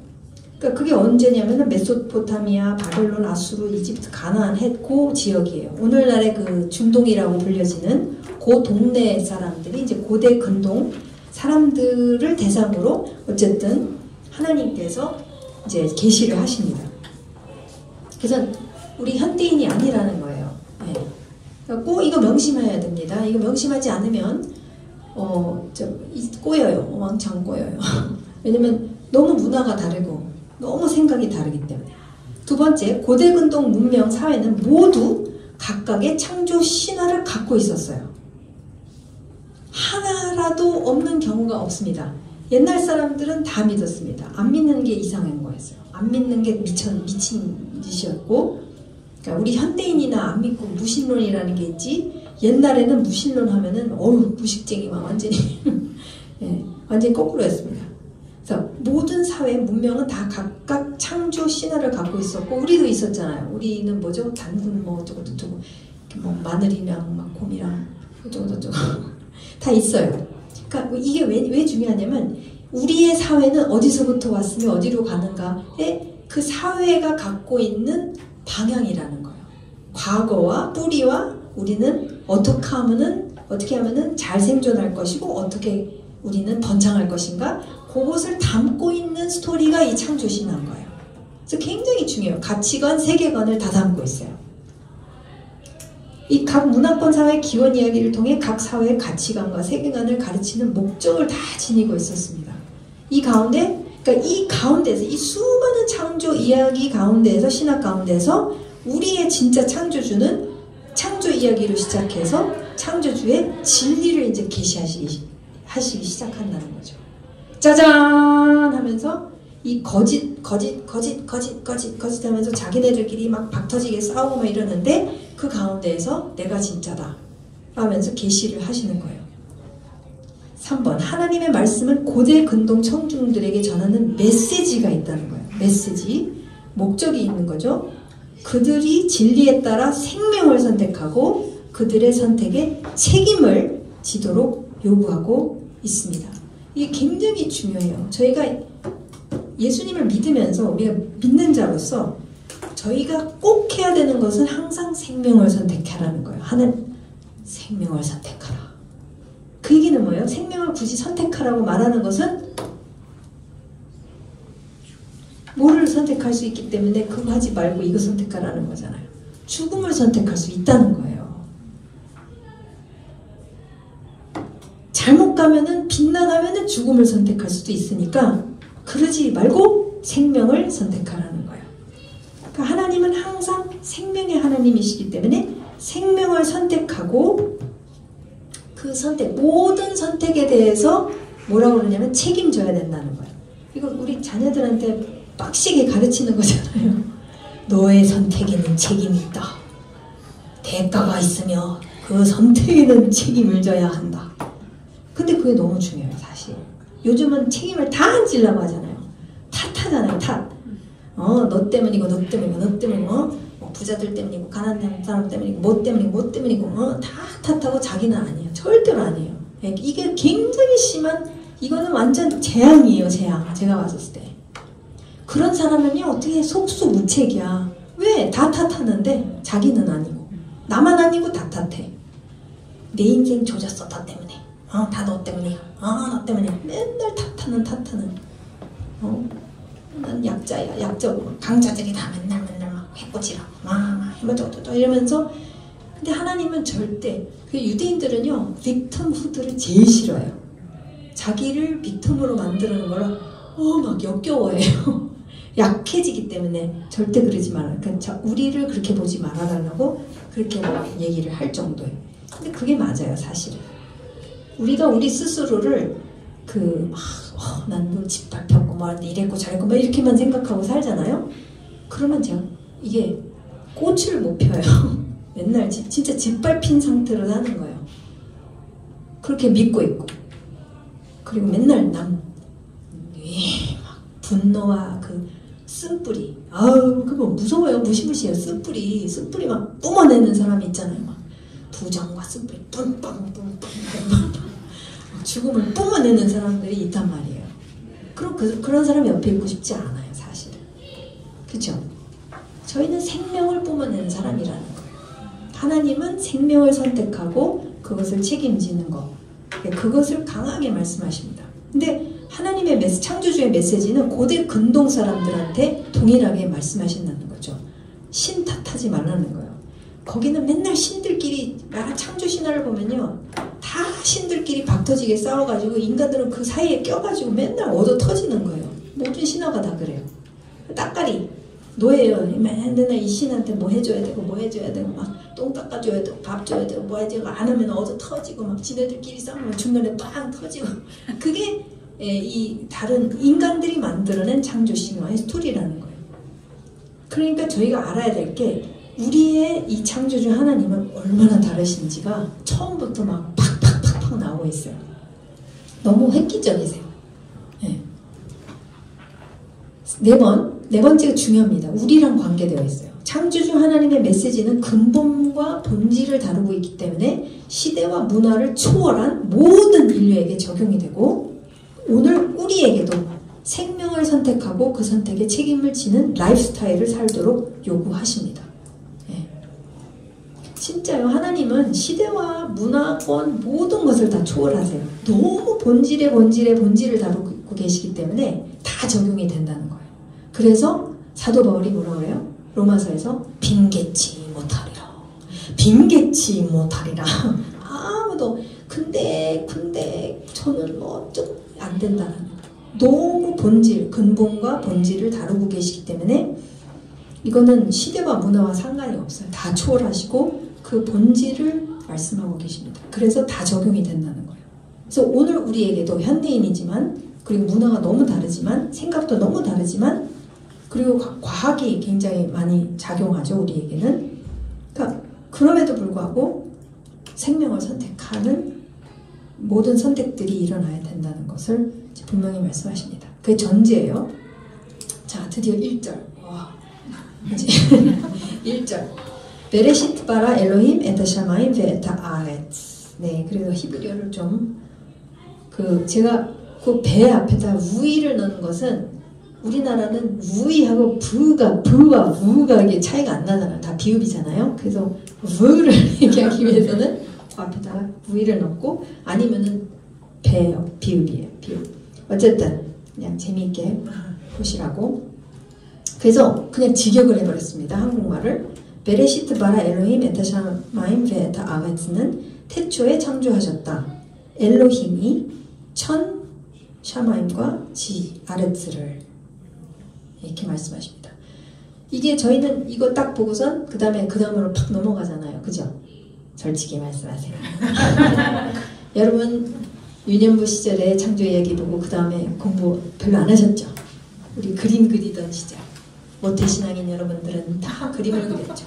첫째 날은 뭐고 둘째 날은 뭐고 셋째 날은 뭐고 넷째 날은 뭐고 다 그림으로 그리고 그 다음에 땡 하는 경우가 많은데 이 첫 번째 이 선포하시는 것이 굉장히 중요합니다. 자, 이 요약하시는 것을 이제 선포하시는 건데 이게 전체 창조 이야기의 요약이에요. 요약 문장이죠, 일종의. 이 한 분, 에하드이신 이 하나님이 성경에서 이제 후에 아브라함과 이삭과 이스라엘 하나님, 온 우주 만물의 통치자, 주권자, 왕, 뭐 구원자 이제 그것으로 나오실 거잖아요. 이분이 아직은 그렇게는 소개를 안 하셨죠. 또 어쨌든 이분이 창조주로서 창조의 행위를 시작하시면서 무에서 유를 이 천지를 창조하셨습니다. 다른 신은 없다는 거예요. 근데 이게 다른 창조 신화와 비교하면 이게 너무 놀라운 게 다른 창조 신화는 항상 그 창조주가 어떻게 생겨났는지를 꼭 얘기해줘요. 그죠? 그렇게 하거든요. 근데 이분은 전혀 그런 얘기가 없어요. 그냥 존재하시던 분, 영원히 존재하시던 분, 그분에 대한 이야기가 안 나와요. 어떻게 이분은 생기셨을까? 생겨나게 됐을까에 대한 이야기는 전혀 없습니다. 그게 하나의 독특한 점이고, 그 다음에 엘로힘이라고 하셨어요. 근데 엘로힘을 이제 하나님으로 번역을 했는데 이 엘로힘은 실제로 뭐냐면 복수형 명사예요. 복수형인데 이에 따른 동사는 단수형입니다. 보편적인, 그러니까 이 보편적인 신을 뜻하고 있어요. 엘로힘이라는 단어는. 그래서 하나님의 이름이 아닙니다, 여러분. 하나님의 이름은 나중에 나와요. 근데 이 엘로힘이라고 그러면서 신의 이름은 아니기 때문에, 근데 여러분 다른 문화권의 창조 이야기는 다 이름이 나와요. 이름이 제일 먼저 나와요. 바벨론에서는 마르둑, 그 다음에 어디죠? 이시스, 이집트는 그쪽이 호르두스 하고 그 다음에 또 유명한 가나안의 바알, 엘, 그 다음에 아시라. 그러니까 그 이름들이 초반부에 딱 나와요. 소개를 해버려요. 근데 이분은 엘로힘 하고 얘기한 다음에 이름에 대해서는 나중에 나와요. 2장에 나와요. 그러니까 1장 내내 소개를 안 하세요. 밝히지를 않으세요. 그건 왜 그랬을까요? 그게 무슨 효과일까요? 이 문학적인 분들 이름을 밝히지 않음으로 인해서 곰곰 더 읽고 싶다, 더 읽고 싶다. 이분은 누구일까? 하고 자는 게 아니라, 그러니까 이 옛날 사람들은 다 들었단 말이에요. 이게 다 구전 문화예요. 그러니까 이 스토리를 듣고 있는 거예요. 막 불을 캠프파이어 하면서 캠프파이어가 있으면서 동그랗게 앉아가지고 막 이야기꾼이 이야기를 막 하고 있어요. 그러면서 이름을 안 밝혀. 응? 누구지? 누구지? 누구지? 누구지? 마르둑 같은 것 같지는 않은데 엘인가? 바알? 아닌 것 같은데? 아닌 것 같은데. 그러니까 하나님은 절대로 당신 자신을 이 인간들이 만드는 그거랑 거의 추측하지 못하게 하세요. 거의 다 집어넣지 못하게 하세요. 그냥 계속 누구지? 그냥 서스펜스로 남겨두시는 거죠. 짬뽕 못하게 하세요. 내가 아는 마르둑이랑 비슷한 것 같아. 내가 아는 발이랑 비슷한 그런 거 못하게 하신다는 거예요. 엘로힘으로 계속 말씀을 하십니다. 이 신은 누구인가 궁금하다는 거죠. 아무도 인간적으로 추측하지 못하도록 이름을 밝히지 않으신다. 그러나 속성을 알 수 있는 방법이 있어요. 어떻게 알 수 있을까요? 그분의 액션을 통해서 속성을 알 수 있다는 거예요. 하나님은 기가 막히세요. 동사를 보면은 동사에서 하시는 행위를 보면서 이분은 이런 사람이 아니죠. 이런 분이시네, 이런 창조주네, 이런 창조주네. 내가 아는 발이랑 너무 다른데? 내가 아는 마르둑이랑 너무 다른데? 그러니까 이 액션을 통해서 알아가게 하시도록 하세요. 그리고 사실 이분의 이름 자체가 이제 여호와라고 한글 성경에서는 표기를 했지만 어떻게 발음하는지는 몰라요. 근데 히브리 글자로 4글자예요. 유드, 헤이, 바브, 헤인데 이거 자체도 사실 동사 형태예요. 하나님의 이름은 동사예요. 놀랍죠?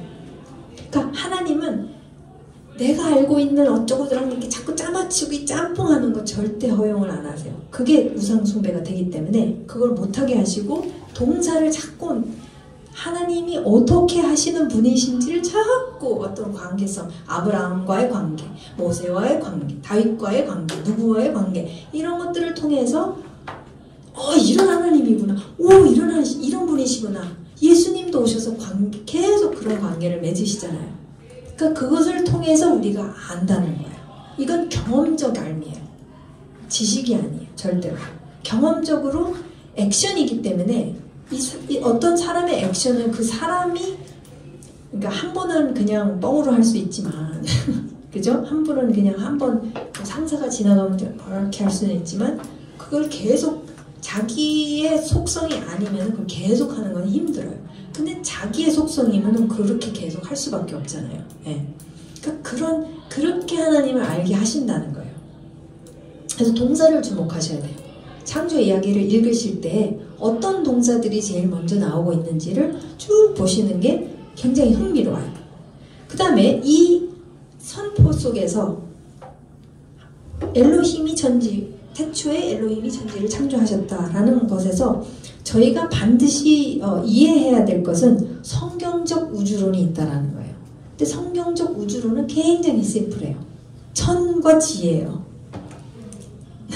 하늘과 땅이에요. 근데 하늘은 조금 헷갈리니까 사실 하늘이라고 그러면 안 되는데 샤마임이에요. 샤마임. 히브리어로는 이 하늘, 천국 그게 다 한 단어예요. 네, 이게 중요해요. 우리나라 말로는 막 이 단어 썼다 저 단어 썼다 해가지고 뭐 하늘은 따로 천국 따로 다 따로인데 히브리어로는 샤마임 하나로 딱 얘기를 하세요. 그거 굉장히 중요해요. 그래서 이 샤마임, 그래서 저는 샤마임으로 얘기할게요. 왜냐면 딱 그렇게 얘기하면 이제 저희가 헷갈려지니까 샤마임, 그러니까 하나님의 이 우주론은 뭐냐면 샤마임과 아레츠가 에하드 하나예요. 에하드는 하나라는 뜻이죠. 이 샤마임과 아레츠는 땅이거든요. 샤마임과 땅의 이 하나됨, 이것을 한 통으로 지금 보고 계시는 거예요. 둘이지만 하나예요. 근데 이게 샤마임의 역할은 뭐냐면 육안으로 보이지 않는 너무도 정결하고 높은 진리가 이제 이 샤마임의 영역이에요. 보이지 않죠? 근데 이 보이지 않는 영역이 있다라는 거예요. 그게 샤마임이고, 그 다음에 그것을 그 높고 정결하고 높은 진리를 물질적으로 나타내고 드러내는 쪽이 어느 쪽이냐면은 땅이라는 거예요. 그 둘이 뗄래야 뗄 수가 없어요. 영적인 것만 있으면 우리 다 없어요. 그죠? 우리 다 없고 그냥 어디 형체도 없고 몰라 어떻게 지낼 수 어떻게 셀을 할 수 있는지 난 잘 모르겠는데 먹지도 않아, 그치? 우리 먹는 거 빼면 어떡해? 먹는 게 제일 중요한데, 그러니까 이 그냥 어떤 높은 진리만 갖고 이렇게 하는 게 아니라 하나님은 이 모든 높은 진리가 그대로 물리적으로 나타날 수 있도록 하신 게 땅의 영역이라는 거예요. 보이는 영역이 있고 안 보이는 영역이 있다는 거예요. 그럼 둘이 따로 노느냐? 아니라는 거예요. 둘은 하나로 움직이도록 하셨다라는 거예요. 그러니까 여러분 이것을 이해하면은 예수님께서 기도하신, 가르쳐주신 기도, 뭐에서도 이루어진 것 같이 어디에서도 이루어지다? 이게 그 얘기예요. 하늘에서도 샤마임에서도 이루어진 것 같이 땅에서도 이루어지다. 얘는 하나로 움직이도록 예수님이 그 기도를 가르쳐 주신 거예요. 하나로 움직이는 건 마땅한 거다. 요거를 가르쳐 주신 거예요. 그러니까 이 원리는 사실 계시록에도 가면 어떻게 돼요? 어떻게 돼요? 위에서 뭐가 내려와요? 비둘기요? 아니면 비둘기 아니에요. 새 예루살렘이 내려와요. 그래서 하나가 돼요. 그러니까 근데 이게 쌍수예요, 여러분.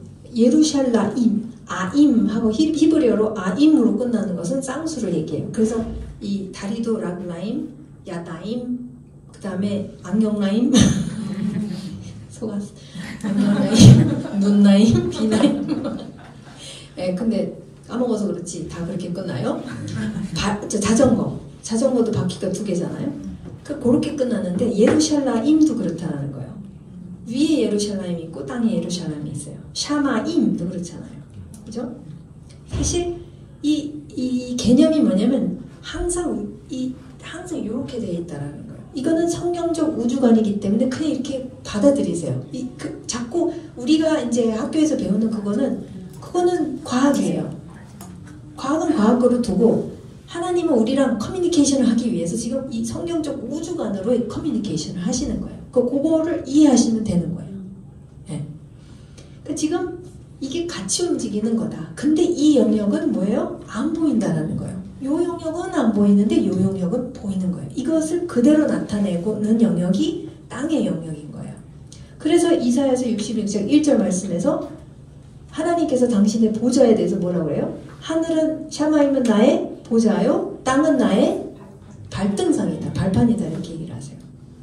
그러면 우와 우리 하나님 막 너무 거인 같으셔가지고 발은 여기에 발이 있고 그거라기보다 당신의 통치권은 하나라는 거예요. 당신의 통치권이 벗어나는 것은 이 온 우주 만물에 하나도 어디에도 없다라는 얘기예요. 네.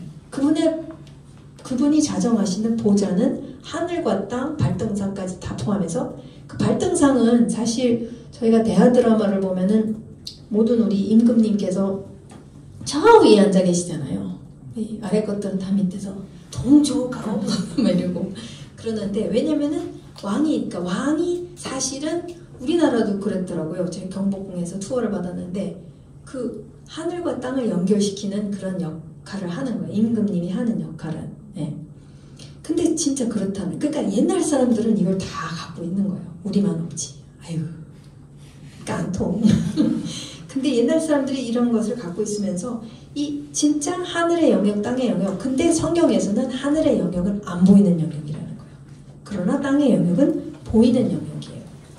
그래서 요거를 이제 더 자세하게 이제 설명을 해 주실 겁니다. 이제 그래서 이 영역이 있다는 거예요. 하늘과 땅. 하늘은 진짜 보이지 않는 어떤 높은 진리, 정결하고 높은 진리, 창조주가 부여하는 의미와 진리를 담고 있는데 그게 삶에서 보이도록 나타내고 살아내는 영역은 어디냐면은 피조세계라는 거예요.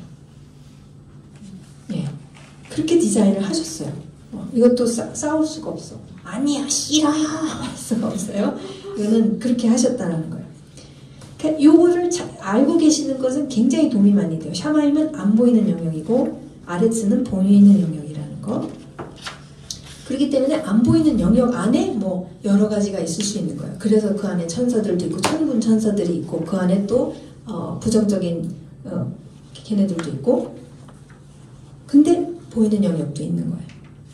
2번 샤마임과 아레츠의 관점을 통해 창조주 하나님은 당신의 모든 것을 계시하십니다. 그렇게 디자인을 하셨어요. 그렇게 하시기로 작정하셨어요. 그래서 성경을 읽을 때 성경적 우주론의 관점으로 읽으면 그러면 이해가 돼요. 예. 요것을 왁구죠? 요 틀을 딱 갖고 있으면은 아 이걸 말씀하시는구나 라는 게 이제 보이기 시작해요. 그럼 훨씬 더 이제 메시지가 뭔지를 다 알 수가 있는 거죠. 3번 성경적 관점으로 말씀을 볼 때 창조주께서 의도하신 계시와 메시지를 알 수 있다. 이러한 관점으로 보도록 창조주께서 선포하시는 거예요. 이게 주님의 디자인이라는 거죠. 안 보이는 창조주의 너무도 정결하고 높은 의미와 진리를 보이는 물질적, 물리적 영역, 이게 피조세계죠. 그래서 눈에 보이게 나타내도록 살아내는 것이 창조주의 디자인이라는 거예요.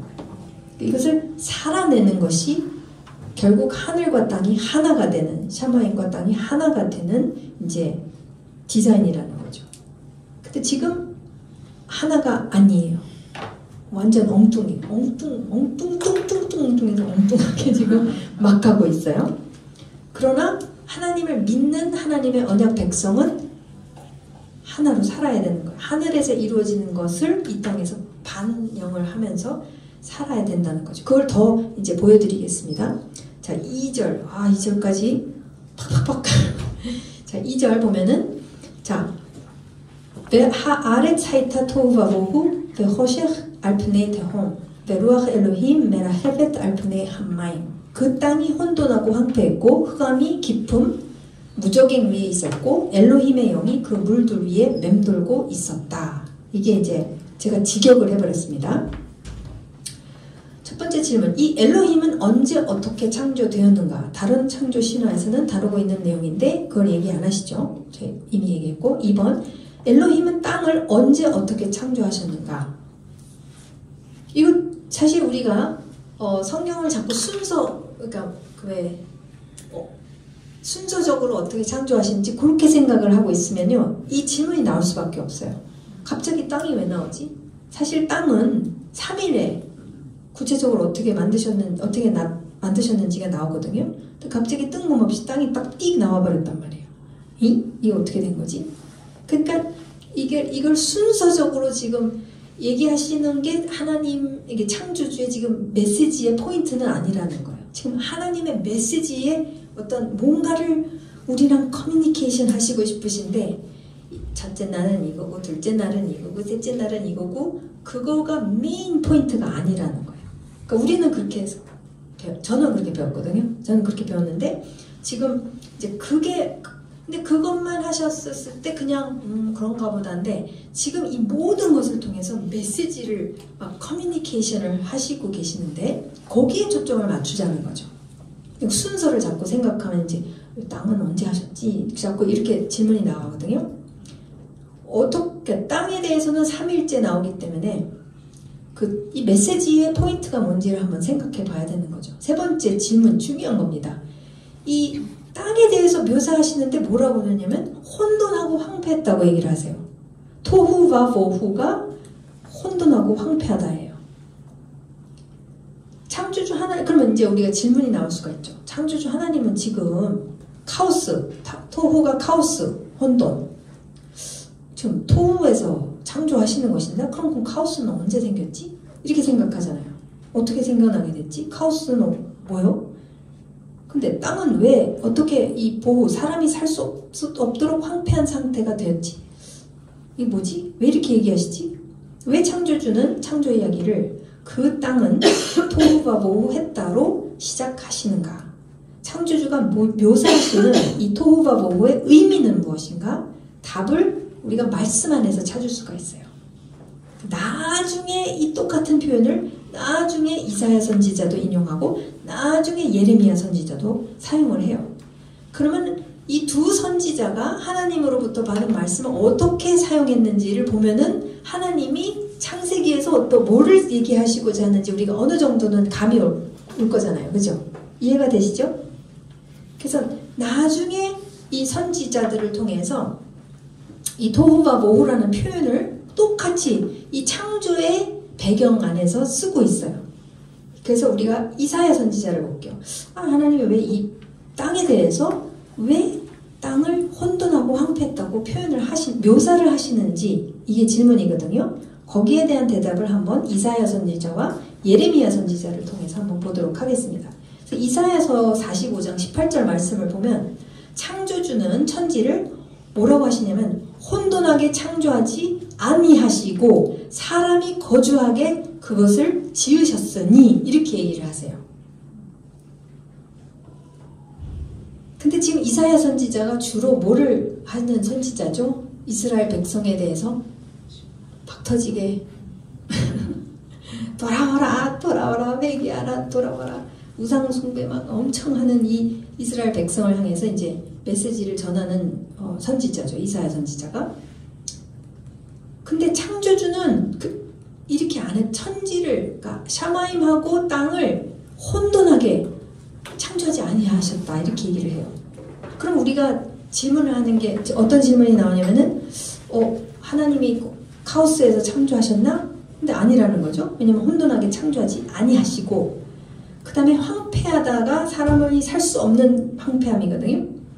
근데 뭐라고 그러냐면 사람이 거주하게 그것을 지으셨으니라고 얘기를 하세요. 반대를 얘기하고 계세요. 재미있죠? 예레미야 선지자는 어떻게 얘기합니까? 4장 22절 23절 말씀에 보면 내 백성은, 이스라엘입니다. 내 백성은 악을 행하기에는 지혜가 있으나 보라 내가 이거 하나님이 말씀하시는 거예요. 보라 내가 땅을 본즉 토후하고 모후하며 하늘에는 빛이 없으며, 이렇게 얘기를 하세요. 백성에 대해서 신랄하게 문제점을 말씀하시죠. 악을 행하기에는 지혜가 있는 이 내 백성인데 나는 땅을 창조했었을 때 혼돈하고 공허하게 하지도 않았고 사람이 거주하게 그것을 지었는데 지금 상태가 어떻습니까? 내가 땅을 봤더니 이 상태가 어떻습니까? 이 백성 때문에 땅은 혼돈하고 공허하며 하늘에는 빛이 없다고 하나님이 반대적으로 지금 묘사하고 계세요. 누가 이렇게 만들었어요? 사람이죠. 하나님의 백성이 지금 이렇게 했다라는 거예요. 지금 보세요. 이게 창세기에서 창조 이야기에서 혼돈하고 공허하며 한 다음에 제일 먼저 뭐가 있으라라고 하셨어요? 빛이 있으라라고 했는데 지금 하늘에는 빛이 없으며라고 하세요. 반대되는 말씀을 하고 계세요. 지금 하나님의 언약 백성의 이 죄와 패역함을 묘사하고 계십니다. 뭐가 연상이 되냐면 저는 창세기 6장 5절 말씀에 그 노아의 시대의 사람들은 어떠했냐면 여호와께서 사람의 생각, 그 마음으로 생각하는 모든 계획이 항상 악할 뿐임을 보시고 생각하는 모든 생각이 악이에요. 악의 으악 밖에 없다 라는 평가를 내리세요. 근데 지금 이 이스라엘 백성도 그만큼 못지않게 패역한 백성이 되어버렸다라고 묘사를 하실 때 어떻게 묘사를 하시냐면 창조 때의 표현을 사용하시면서 이렇게 묘사를 하고 계세요. 그래서 저는 이런 것들을 봤었을 때 지금 하나님께서 순차적으로 어떻게 창조를 하셨는지를 말씀하신다기보다 지금 2절 말씀에서 뭐를 말씀하시냐면은 지금 처음으로 이렇게 생각해 보세요. 지금 창조주께서 처음으로 이 인류, 하나님을 알지도 못하고 우상만 숭배를 줄기차게 해온 하나님이 누군지도 잃어버리고 알지도 못하는 이 인류를 향해서 이 문명들을 향해서 이 메소포타미아, 가나안, 헷 족속, 이집트 이런 문명들을 향해서 지금 말씀을 하시는 거잖아요. 지금 계시를 하고 계시는데 이 문명들에 대해서 사람이 만들어낸 이 상태에 대해서 뭐라고 하시냐면 땅은 어떻다? 토후와 보후하다고 하시는. 그러니까 하나님이 빠진 인류는 토후하고 보후하다는 이 완전히 혼돈하고 카오스 속에 있고 지금 사람이 살 수 없을 정도 황폐해진 상태다라고 평가하신다는 거죠. 근데 솔직히 지금 오늘날 이렇게 말씀하신다면 저는 100% 하나님과 동의가 돼요. 제가 한국 사회를 보거나 이스라엘 사회도 마찬가지고 미국 사회도 마찬가지고 유럽은 하여튼 지금 인간 사회가 지금 완전 토후, 혼돈과 황폐예요. 황폐. 사람 살 곳이 안 되어가고 있는 점점 더 그렇게 되어지고 있고 보세요. 지금 하나님은 정확히 구분하시잖아요. 빛과 어둠을 구분하시죠. 남자와 여자를 구분하시죠. 땅과 하늘을 구분하시죠. 해, 달, 별을 구분하시죠. 그런데 지금은 뭐라 그래요? 남자는 여자고 여자는 남자고 내가 오늘은 남자로 느끼면 남자고 내가 내일은 여자로 느끼면 여자고 다 짬뽕이 되고 흐리멍텅해지면서 여러분 근데 놀라운 것은 동물들은 안 그러잖아요. 동물 개가 와가지고 나 오늘은 암컷인 것 같아. 그 다음에 내일은 오늘 나는 수컷일 것 같아. 동물들은 안 그러는데 지금 하나님의 형상을 입은 사람이 인류가 이루고 앉았다는 거예요. 저는 똑같아요. 이 혼돈과 황폐함을 오늘날에도 평가를 그렇게 당연히 하실 수 있다는 어느 사회를 가서 봐도 지금 다 짬뽕시키는 모든 것이 다 짬뽕이 되어져서 지금 인자가 올 때가 어느 때와 같다고 하시죠? 인자가 오는 때는 노아의 때와 같을 것이다라고 하시죠. 네, 노아의 때는 어때요? 생각하는 게 악밖에 없다는 거.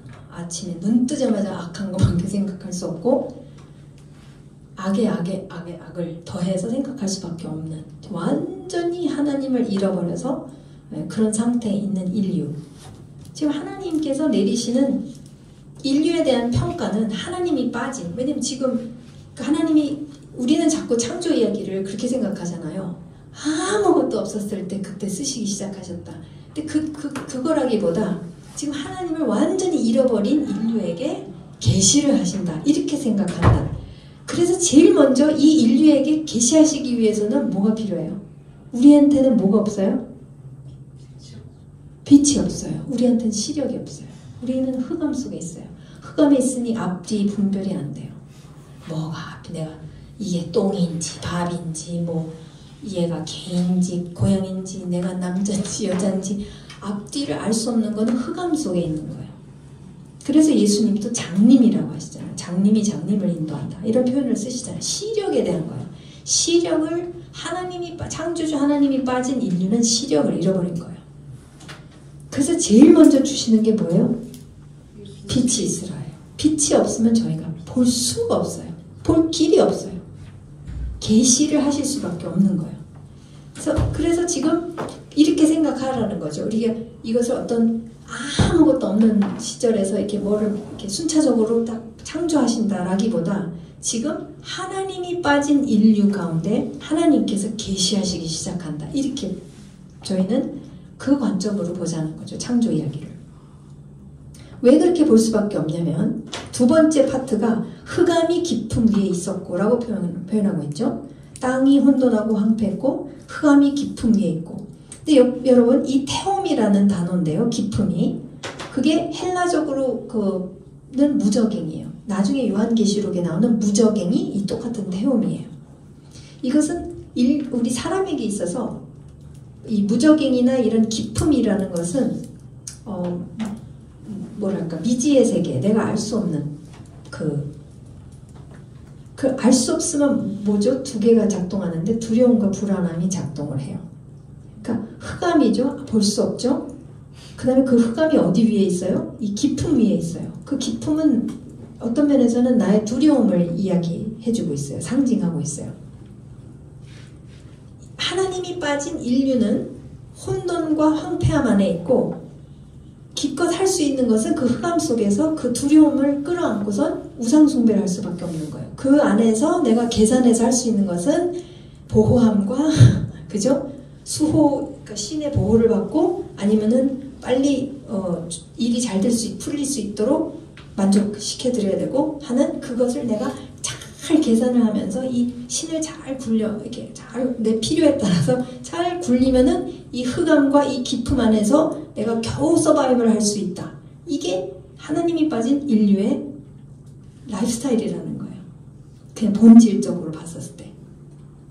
근데 하나님은 뭐라고 그랬어요? 이 장 끝까지 가고 저희가 마치겠습니다. 벌써 너무 많은데 뭐라고 하시냐면 엘로힘의 영이 그 물들 위에 맴돌고 있었다. 하나님의 입장에서는 그 흑암이 그 물이라는 거예요. 지금 그 깊음이 물 위에 당신의 영이 지금 맴돌고 계시는 거예요. 그러니까 두려워할 게 아니고 지금 하나님의 영이 모든 것을 통제하고 계신다. 이 관점을 바꾸시는 거예요. 하나님이 빠지면은 흑암이 깊음 위에 있고 두려움밖에 없고 해결책이 없고 우리는 우상숭배해야 돼. 근데 하나님은 해결책을 당신 자신으로 주십니다. 엘로힘의 영이 물이에요. 이건 물에 불과하다. 너는 깊음이고 두려움이지만 이건 물 위에 맴돌고 계시면서 지금 액션을 취하실 거라는 거죠. 근데 영은 어때요? 이 영이라는 단어가 루아흐거든요. 루아흐. 이 루아흐는 바람, 숨결, 영을 뜻하는데요. 히브리어로. 예수님께서 니고데모에게 이게 성령님을 설명하시면서 그 바람의 특징에 대해서 얘기했는데 바람은 어떻습니까? 어떤 형체가 있어요? 없어요. 네. 그리고 바람은 어디서 오고 어디로 가는지 모른다는 거예요.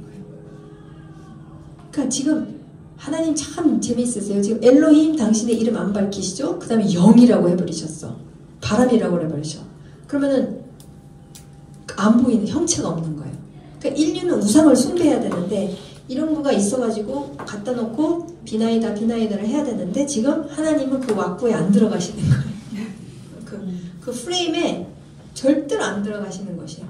너는 나를 거기다 둘 수 없다. 나는 다른 존재다. 나는 이 생각 밖에 있는 그런 창조주다. 지금 처음부터 딱 그렇게 나오시는 거예요. 그리고 해결책을 지금 당신 자신이라고 말씀하시면서 이제 맴돌고 있다고 하시는데, 이 메라헤페트라는 동사도 딱 한 번 나오는데 어디서 나오냐면 신명기에서 나오는데, 그 독수리가 새끼 그 날아가는 거 가르쳐 줄 때에 그 말씀 있죠. 신명기에 나오거든요. 근데 독수리, 어미 독수리, 아비 독수리가 막 이러다가 새끼가 막 새끼를 밀쳐요. 그럼 얘가 우와 막 이러다가 그럼 이거 맴돌고 있어요. 이거 실제 저 유튜브에도 나와요. 맴돌고 있으면서 얘가 완전히 그 꼬꾸라져서 죽지 않도록 막 계속해서 그거를 맴돌면서 내가 같은 눈으로 확 보면서 그러면서 그 나르는 것을 도와주는 거예요. 이 부모가. 그러니까 지금 딱 그 한 구절에 이 동사를 사용하시고 그다음 여기서 사용하세요. 딱 두 군데서만 사용하세요. 그러니까 창조주는 지금 굉장히 예리하게 이 지금 창조 행위를 위해서 지금 뭔가를 하고 계시는데, 저희가 오늘 시간이 없죠, 그죠? 끝났죠. 네. 그러니까 내일부터는 이 맴도는 행위, 하나님의 영이 충만했었을 때 어떤 일이 일어나는지를 저희가 다른 거 말고 말씀을 통해서 저희가 보도록 하겠습니다. 그게 어디냐면은 출애굽기 31장 1절부터 5절 말씀을 이제 보면서, 하나님의 영이 충만하면은 그냥 하나님이 심심풀이 땅콩으로 빛이 있으라, 그러니까 빛이 삑 있었다, 그게 아니라 그 맴도는 행위에서 지금 하나님의 영이 무엇을 하셨는지를 저희가 내일 살펴보면서 계속해서 진도를 나가도록 하겠습니다. 아멘. 감사합니다.